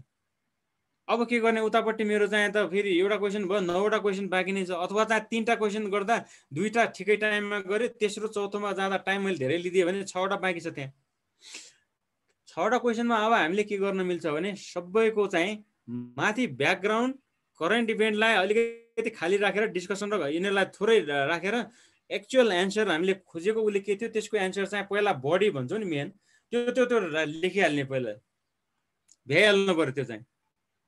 त्यसपछि बल्ल ब्याकग्राउन्ड स्पेस खाली राखेको छौँ, बल्ल टाइम जति हामीसँग आउँछ आवश्यकता अनुसारले चाहिँ बुदागत रूपमा एउटा दुईटा सेन्टेन्स चाहिँ थप्नु मिल्छ। त्यस पछाडि अगाडि पछाडि थप्नु मिल्छ। उसले सोधेको गुइएको कुराको चाहिँ 3-4 लाइनमै सिद्धिहाल्छ, त एउटा प्याराग्राफमा सिद्धिहाल्छ। त्यो सोधेको कुरा चाहिँ टक्क त्यहाँनिर चाहिँ अनि राखिदिइहाल्ने जम्मै क्वेसनको चाहिँ। त्यसपछि किनकि टाइम नत्र फेरि 0 आउँछ, फेरि त्यहाँ 0 आउनुभन्दा सोधेको एन्सर राखिहाल्यो भने त 50% मार्क्स त सही तरिकाको राखेका छौँ भने त त्यो सेक्युर गर्न मिल्यो नि त। त्यसले गर्दाखेरि बडी चाहिँ राखिहाल्ने भन्ने कुरा हो, त्यहाँनिर लेखिहाल्ने, त्यहाँनिर चाहिँ चाहिने कुरा चाहिँ लेखिहाल्ने, अगाडि अलिकति स्पेस खाली राखेको छ, टाइम पर्मिट गरे अनुसारको फेरि हामी त्यहाँ लेख्ने कुरा आयो। ल यहाँनिर चाहिँ मैले सजेस्टेड टिप्सहरू भयो। अब तयारी गर्दाखेरिको चाहिँ तयारीको दौरानमा चाहिँ कसरी तयारी गर्नु पर्ला भन्ने कुरा छ। अब तयारी गर्ने दौरानमा कस्तो हुन्छ भने अब हामीले देख्थ्यौँ हाम्रो जमानामा चाहिँ एक थरी हामीलाई सिनियरहरू चाहिँ हामी लेफ्टिनेन्ट क्याप्टेन हुँदाखेरि चाहिँ कानमा रेडियो लगाएर चाहिँ मजासँग सुनिएका, खाँदाखेरि पनि रेडियो सुन्ने, अर्काको रेडियो, त्यो बेलामा इन्टरनेटको कुरो भएन, अनि रेडियो सुनिरहेका देखिन्थे। भरे हेऱ्यो भने लास्टमा करेन्ट एफेयरमै फेल हुने फेरि चिल्लै। अनि कुरा के हो भने यसको एउटै कारण के हो भने जबसम्म हामी चाहिँ कुनै पनि इस्युलाई एनालिटिकल माइन्डले, अघि नै मैले सिओको इक्जाम्पल लिएँ नि, एनालिटिकल माइन्डले विभिन्न डाइमेन्सनबाट चाहिँ जज गर्दै र त्यसको ब्याकग्राउन्ड सबै इस्युहरूको चाहिँ पहिला चाहिँ हामीले के गर्नु पर्यो, संसारभरिका ट्रबल स्पटहरूलाई नेसनल, रिजनल र ग्लोबल सेटिङका इस्युहरूलाई एउटा चाहिँ चेकलिस्ट बनाइसकेपछि यो सबै चिजहरूलाई कुन इस्युलाई कुन चाहिँ वर्ल्डको पोलिटिक्सले कसरी गाइड गरिरहेछ, ब्याकग्राउन्डिङ के हो भन्ने सबैको थाहा पाएर बल्ल करेन्ट इभेन्टलाई त्यो रेडियो सुनेको, अघि नै सुनेको कुराहरूलाई त्यो कन्टेक्स्टमा राखेर विभिन्न पर्सपेक्टिभबाट त्यसलाई एनालाइसिस गर्दै सुन्यो भने काम लाग्यो। नत्र न्युज मात्र सुनेर केही हुनेवाला हुँदैन। अब यो चाहिँ मैले चाहिँ फेरि तयारी र अनि त्यसपछि यसको कुरा मिलाएँ भने योभन्दा बाहेक यही रिलेटेडहरू र एड्रेस गर्ने रिलेटेड केही छ भने यु क्यान आस्क। अरू केही क्वेसन छ भने थप सोधौँ।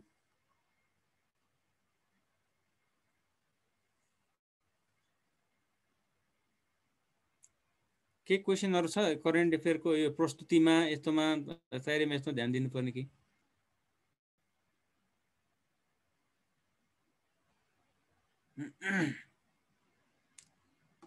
सुनिएको छ हैन कुरा त? हेलो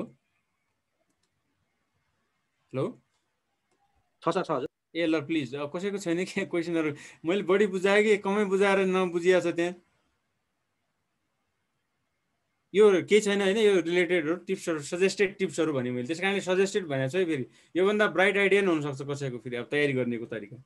अनि म्याप अर्को एउटा छुटेको कुरा कसैले नसोधे तापनि म भन्छु यहाँनिर चाहिँ अस्ति नै एउटा कुरा निकालिहालेको थिएँ। स्केच छ नि एउटा सानो साइडमा चाहिँ सानो एउटा स्केच मिलेसम्म, जस्तो यहाँनिर छ भने नागर्नो काराबाग कहाँनिर पर्छ भन्नका लागि यतापट्टि अजरबैजान, यतापट्टि आर्मेनिया, बिचमा नागर्नो काराबाग ठ्याक्क बनाइदिइहालेर माथिबाट रसिया, यतापट्टि इरान, यो ठ्याक्क चाहिँ ठाउँ मात्र लेखिदिए पनि यतिकै भयो भने एउटा यो रहेछ इस्यु चाहिँ ठ्याक्क देखिन्छ भन्ने कुरा, प्रष्ट हुन्छ भन्ने हो, बुझ्या रहेछ भन्ने कुरा देखिन्छ। सानो स्केच मिल्यो भने धेरै खर्च गर्ने हैन यसका लागि, 1 मिनेट खर्च गर्ने, म्याक्सिमम 1 मिनेट यसका लागि। फेरि अब यसरी चाहिँ एउटा पेनले नै ड्र गर्ने, फेरि त्यो अर्को चाहिएन, फेरि यो चाहिँ एउटा गर्नुपर्छ है। ल ओके, अब अर्को युनिफिकेसन ट्रेलको सम्बन्धमा को यो TRAIL हो है, ट्रायल भएको छ, TRAIL भनेर बुझौँ, ट्रेल भन्ने बुझौँ। यो बुझ्नु जरुरी, यो किन आवश्यक पर्यो भने यो चाहिँ फेरि हाम्रो टपिकमा केही कुराहरू भनिदिनु भन्ने थियो। यसमा एउटा चाहिँ हाम्रो भनिदिउँ कि युनिफिकेसन ट्रेल को बारेमा चाहिँ हाम्रो अजय गुरुङ कर साहबले चाहिँ एउटा 2076 सालको सिपाही पत्रिकामा चाहिँ त्यहाँ लेखेको छ। यसको ब्याकग्राउन्डिङ कसरी आयो, हिस्ट्रिकल ब्याकग्राउन्ड के कस्तो भन्ने चाहिँ लेखेको छ। त्यो लेखेको कुरा हामीले चाहिँ मजासँग पढ्यौँ भने पनि केही कुरा यसले चाहिँ हाइलाइट त्यहाँ देला, तर चाहिने चिजहरू मैले यही नै दिइहालेको छु। योभन्दा बाहेक कुराहरू चाहिँ मोटामोटी अलिअलि गऱ्यो भने होला, यति भयो भने पुग्न त, तर पनि अझ थप जान्न मन लाग्यो भने त्यो पढ्नु होला भन्ने कुरा हो। त्यहाँ एउटा त्यहाँ छ। अर्को कुरा रिसेन्टली मैले बुझ्दाखेरि चाहिँ army is publishing a book, एउटा चाहिँ यही युनिफिकेसन ट्रेल रिलेटेड एउटा किताब प्रकाशित हुँदैछ होला सायद। त्यो पुस्तक चाहिँ अध्ययन धेरै पुस्तक त के पर्यो, त्यसको जिस्ट स्ट्राटेजिक कन्टेक्स्टमा युज भएका अथवा आइपरेका अब्स्ट्याकलहरू, थ्रेटहरू, कन्फ्लिक्टहरू र त्यो बेलाका चाहिँ एक्टरहरू को थिए त्यसका विरुद्धमा अथवा त्यो एक्टरहरूलाई साइजमा ल्याएर युनिफिकेसन गर्ने दौरानमा युज भएको स्ट्राटेजिक रुटहरू, बाटोहरूलाई अब यो जुन उपलब्धिलाई हाम्रो भावी सन्ततिहरू, भावी पिढीसम्मलाई नेपाली सेना पनि त्यसको चाहिँ विटनेस, प्रत्यक्ष र एकदम यसमा भाग लिएकै यो चाहिँ एउटा पार्टी भएको हुनाले हाम्रो सन्ततिहरूले र फ्युचर जेनेरेसनले थाहा पाइराख्नुपर्छ, यो हाइलाइट हुनुपर्छ भन्ने मान्यतालाई आधार मानेर यो युनिफिकेसन ट्रेल एउटा चाहिँ मुभ आउनुपर्छ भनेर 2075 सालको भनौँ न त्यो उसमा चाहिँ एउटा उसमा यो प्रधान सेनापतिको चाहिँ कमान्ड मार्गनिर्देशनमै राखेर एउटा यसलाई चाहिँ के गतिविधि गरिनुपर्छ भन्ने राखेको हुनाले त्यो ब्याकग्राउन्डबाट अगाडि आएर अनि चाहिँ यसलाई चाहिँ यो गरेको छ।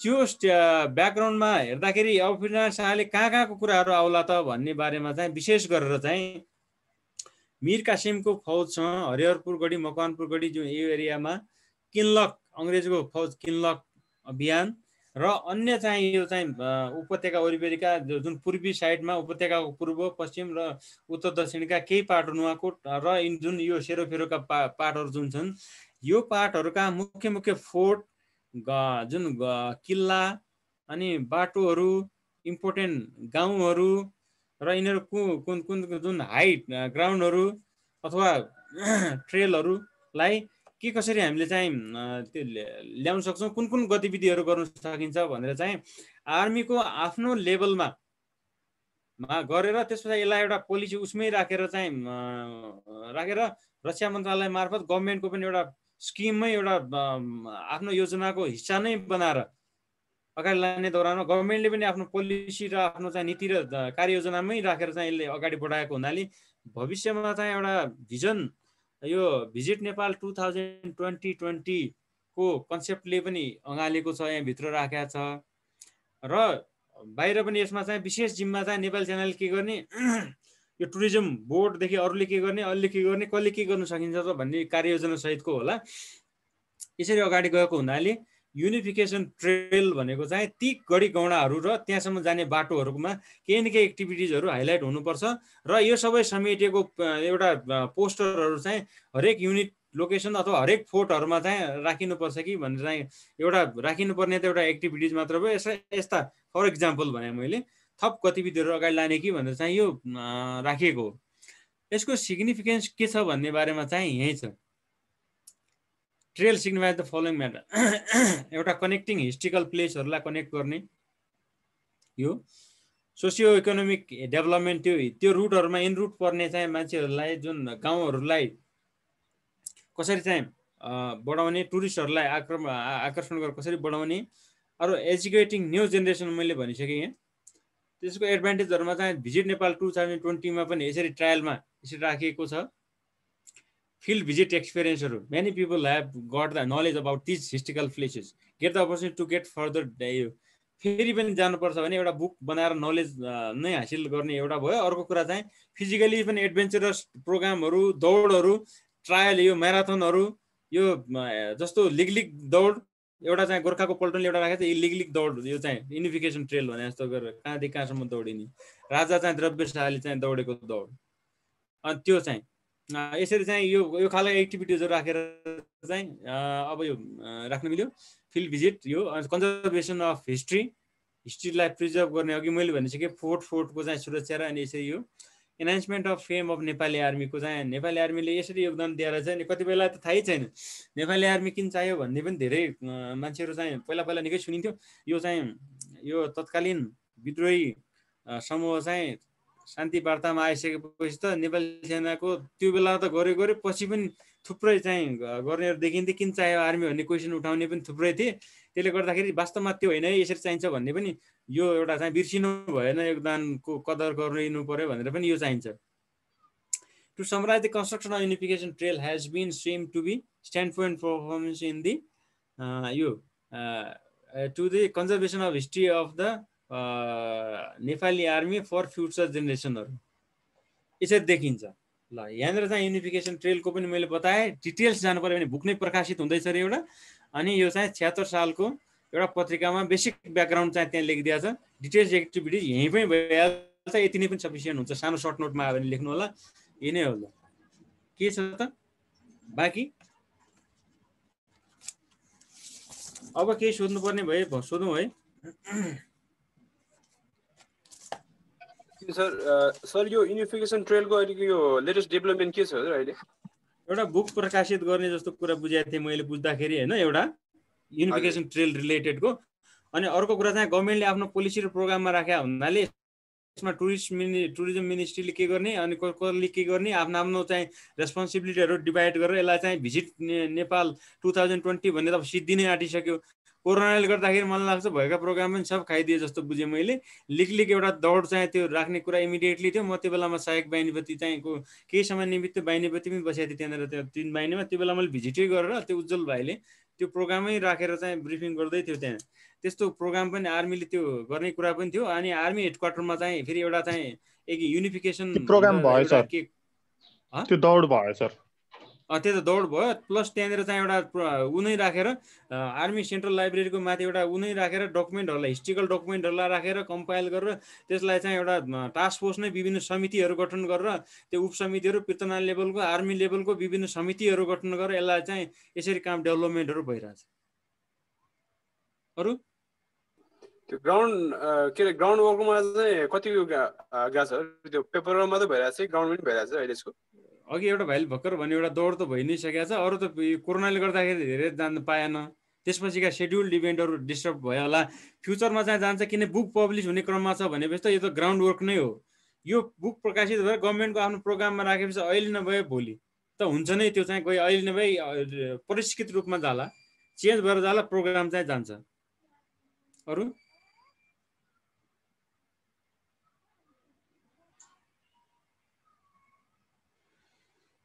भाइ अरू छ? टाइम छ हामीसँग अलिकति, के छ भने भनौँ है, सोधौँ।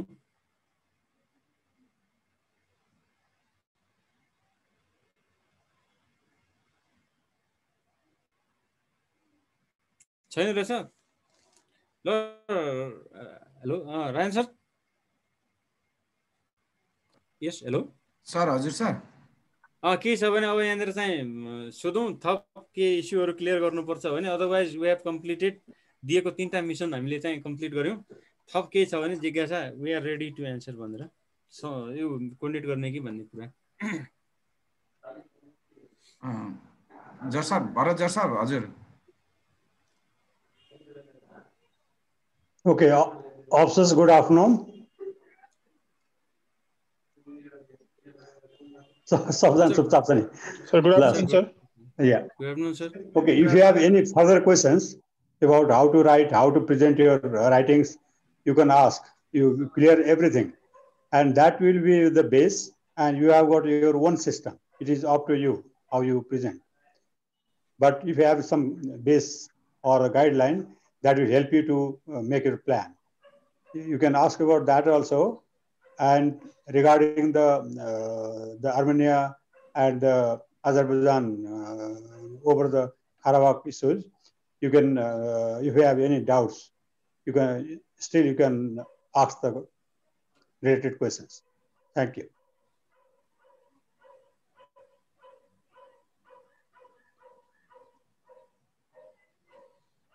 No questions? No, sir.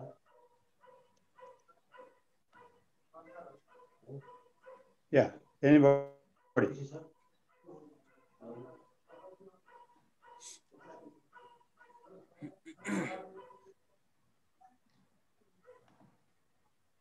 Or regarding staff college preparation, you can share or you can ask any questions about his experience and how he manage the time and how he able to present the paper in the exam. You can ask about that also.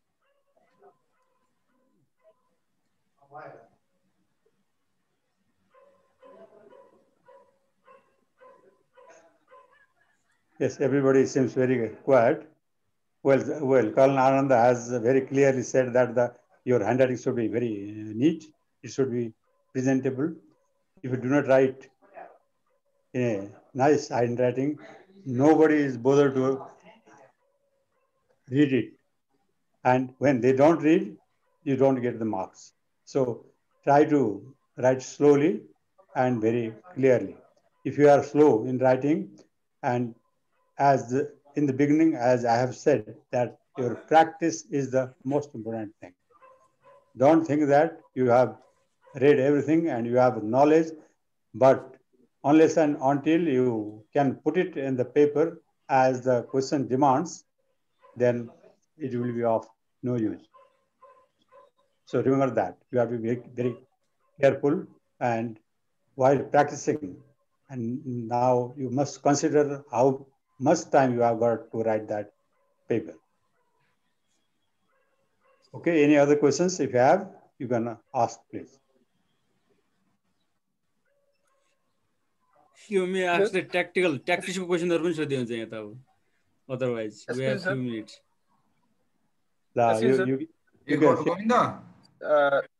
Sir एउटा थियो sir जस्तै अब हामीले उसको current अफेयर्सको चाहिँ answer लेख्ने बेलामा प्याराग्राफमा लेख्दा ठिक हुन्छ कि उसमा बुलेटमा चाहिँ लेख्दा ठिक हुन्छ हजुर त्यो त बुलेटमै लेख्दा ठिक होला नि बुझ्ने गरी पुरा त्यही लेख्ने हो हामीले हैन पोइन्ट वाइज टपिक जस्तो मैले भने डिफाइन डिस्क्राइब एक्जाम्प्लिफाई कन्टेक्स्ट कन्टेन्ट भने जस्तो गरेर यो पोइन्टहरु झल्किने गरी चाहिँ लेख्ने हो बुलेट फर्ममा लेखे भने एउटा बुलेटमा चाहिँ दुईटा सेन्टेन्स पनि त हुन सकिहाल्छ त्यो त हैन त्यसले गर्दाखेरि चाहिँ जस्तो ब्याकग्राउन्ड लेख्नु पर्यो भने ब्याकग्राउन्डमा हामीले लेख्दाखेरि त ब्याकग्राउन्डमा चाहिँ हिस्ट्रीमा कहाँसम्म जाने त अघि मैले भनिसकेको छु त्यो लेख्दाखेरि चाहिँ हामीले अब पोइन्ट फर्ममा बुलेटमा लेखे पनि त्यही प्याराग्राफमा चाहिँ सकेसम्म चाहिँ बुलेट फर्ममा मैले भने स्लो राइटर छ भने त बुलेट फर्ममा लेख्दाखेरि पनि छिटो हुन्छ नि भनेको कुरा बुझाउन सकिन्छ नि अर्को कुरा चोइस अफ वर्डमा भर पर्छ फेरि त जस्तो एउटै मिनिङ धेरै कुराहरु चाहिँ कन्भे गर्ने चाहिँ राइट ठाउँमा चाहिँ राइट वर्डको चोइस अफ वर्डको युज भयो भने त त्यसले धेरै कुरा क्यारी गर्छ नि त्यसले गर्दा त्यो पनि एउटा ध्यान दिनुपर्छ जस्तो ट्याक्टिक्समा लेख्दाखेरि ट्याक्टिकल ल्याङ्ग्वेज भने जस्तो गरेर अब त्यसपछि यसमा पनि लेख्दाखेरि चाहिँ कुन कुन वर्डहरु राइट काइन्ड अफ वर्ड्सहरु कुन कुन हुन सक्छन् त मिलिट्री इम्प्लिकेसन सोध्यो भने मिलिट्री टर्मिनोलोजी भएका टेक्निकल टर्मिनोलोजीहरू भएको त्यो खालका कुराहरू चाहिँ इस्युहरू राख्न सक्यो भने त पोइन्ट फर्म पनि काम गर्छ यहाँनिर। अब प्याराग्राफ नलेखी नहुनुपर्ने लामो छ भने त्यो ठाउँमा प्याराग्राफ पनि सजेस्टेड के हो भने दुइटै सजेस्ट हुन्छ, जसमध्ये प्रिफरेबली बुँदागत रूपमा लेख्दा चाहिँ बेटर हुन्छ, किनकि झट्ट आँखा पनि पर्छ, देखिन्छ पनि, पढ्नेलाई पनि सजिलो हुन्छ। नछुटाइकन सबै पोइन्ट कभर गऱ्यो भने त पोइन्ट फर्म पनि राम्रै हुन्छ। अरू And my point is, don't forget the military style of the writing, and after long practice. So don't forget your own knowledge. Don't try to copy the other pattern. So you better follow the military pattern, and where to put the point form and where you have to elaborate. You know that, and you have to present in that way. Thank you.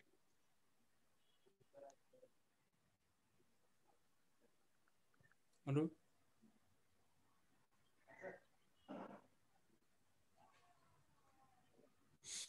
Any more questions, please?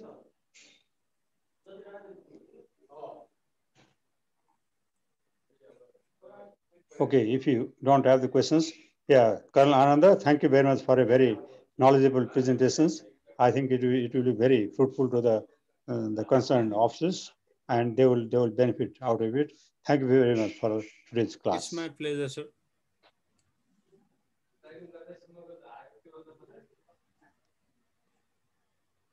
Okay, Ryan sir.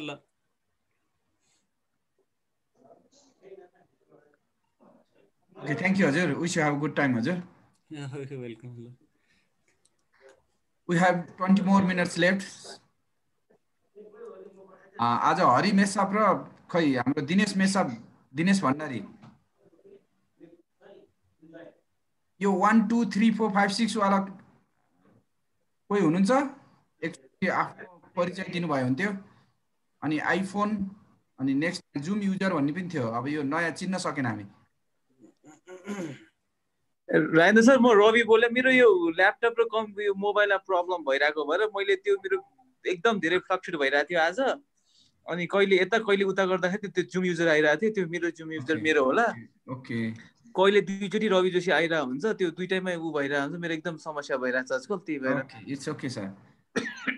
Number चाहिँ 1 2 3 4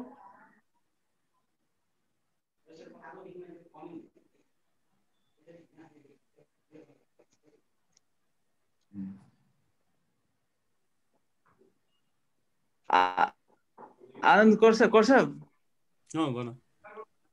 so हजुरको mobile number पाए हुन्थ्यो sir. म यसो नभए थियो पछि यसो 5-10 मिनट टाइम हजुरसँग लिन पाए हुन्थ्यो हजुर। 5 त छैन भाइ, 5 घण्टा। You can take my 5 hours. Okay, 9849 9849 69 69 29 29 20। म रिपिट गर्छु हजुर, 9849 692920 हजुर। ओके, हो। थ्याङ्क यू भेरी मच हजुर। म हजुरलाई कल गर्छु सर पछि। ओके ल।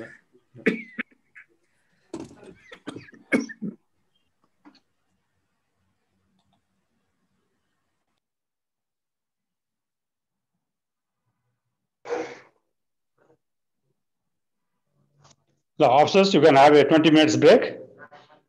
Exactly 4 o'clock, we'll start the next session. The next session is about the strategist or the military leader, Little Art, and that will be presented by General Narendra Rawal. Thank you very much. Have a break.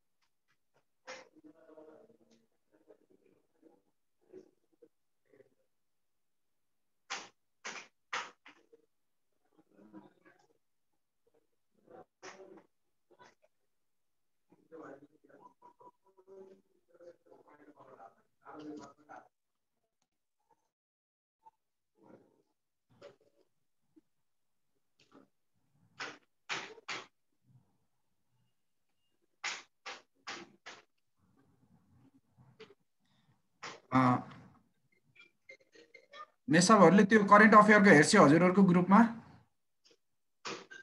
Dinesh sir hello Krishna KC sir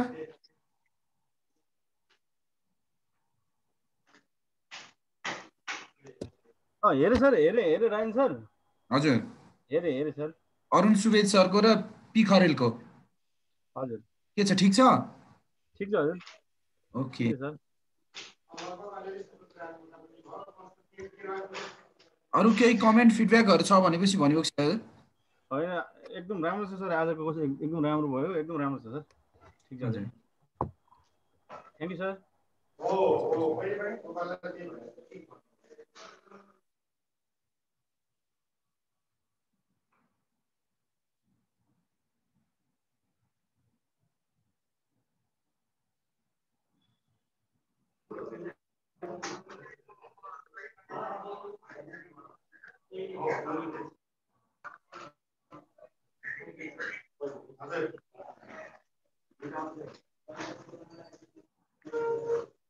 Rajendra actually general नरेन्द्रलाई एकचोटि उयो गरौँ न alert गराउनुहोस् न हस् जस्ता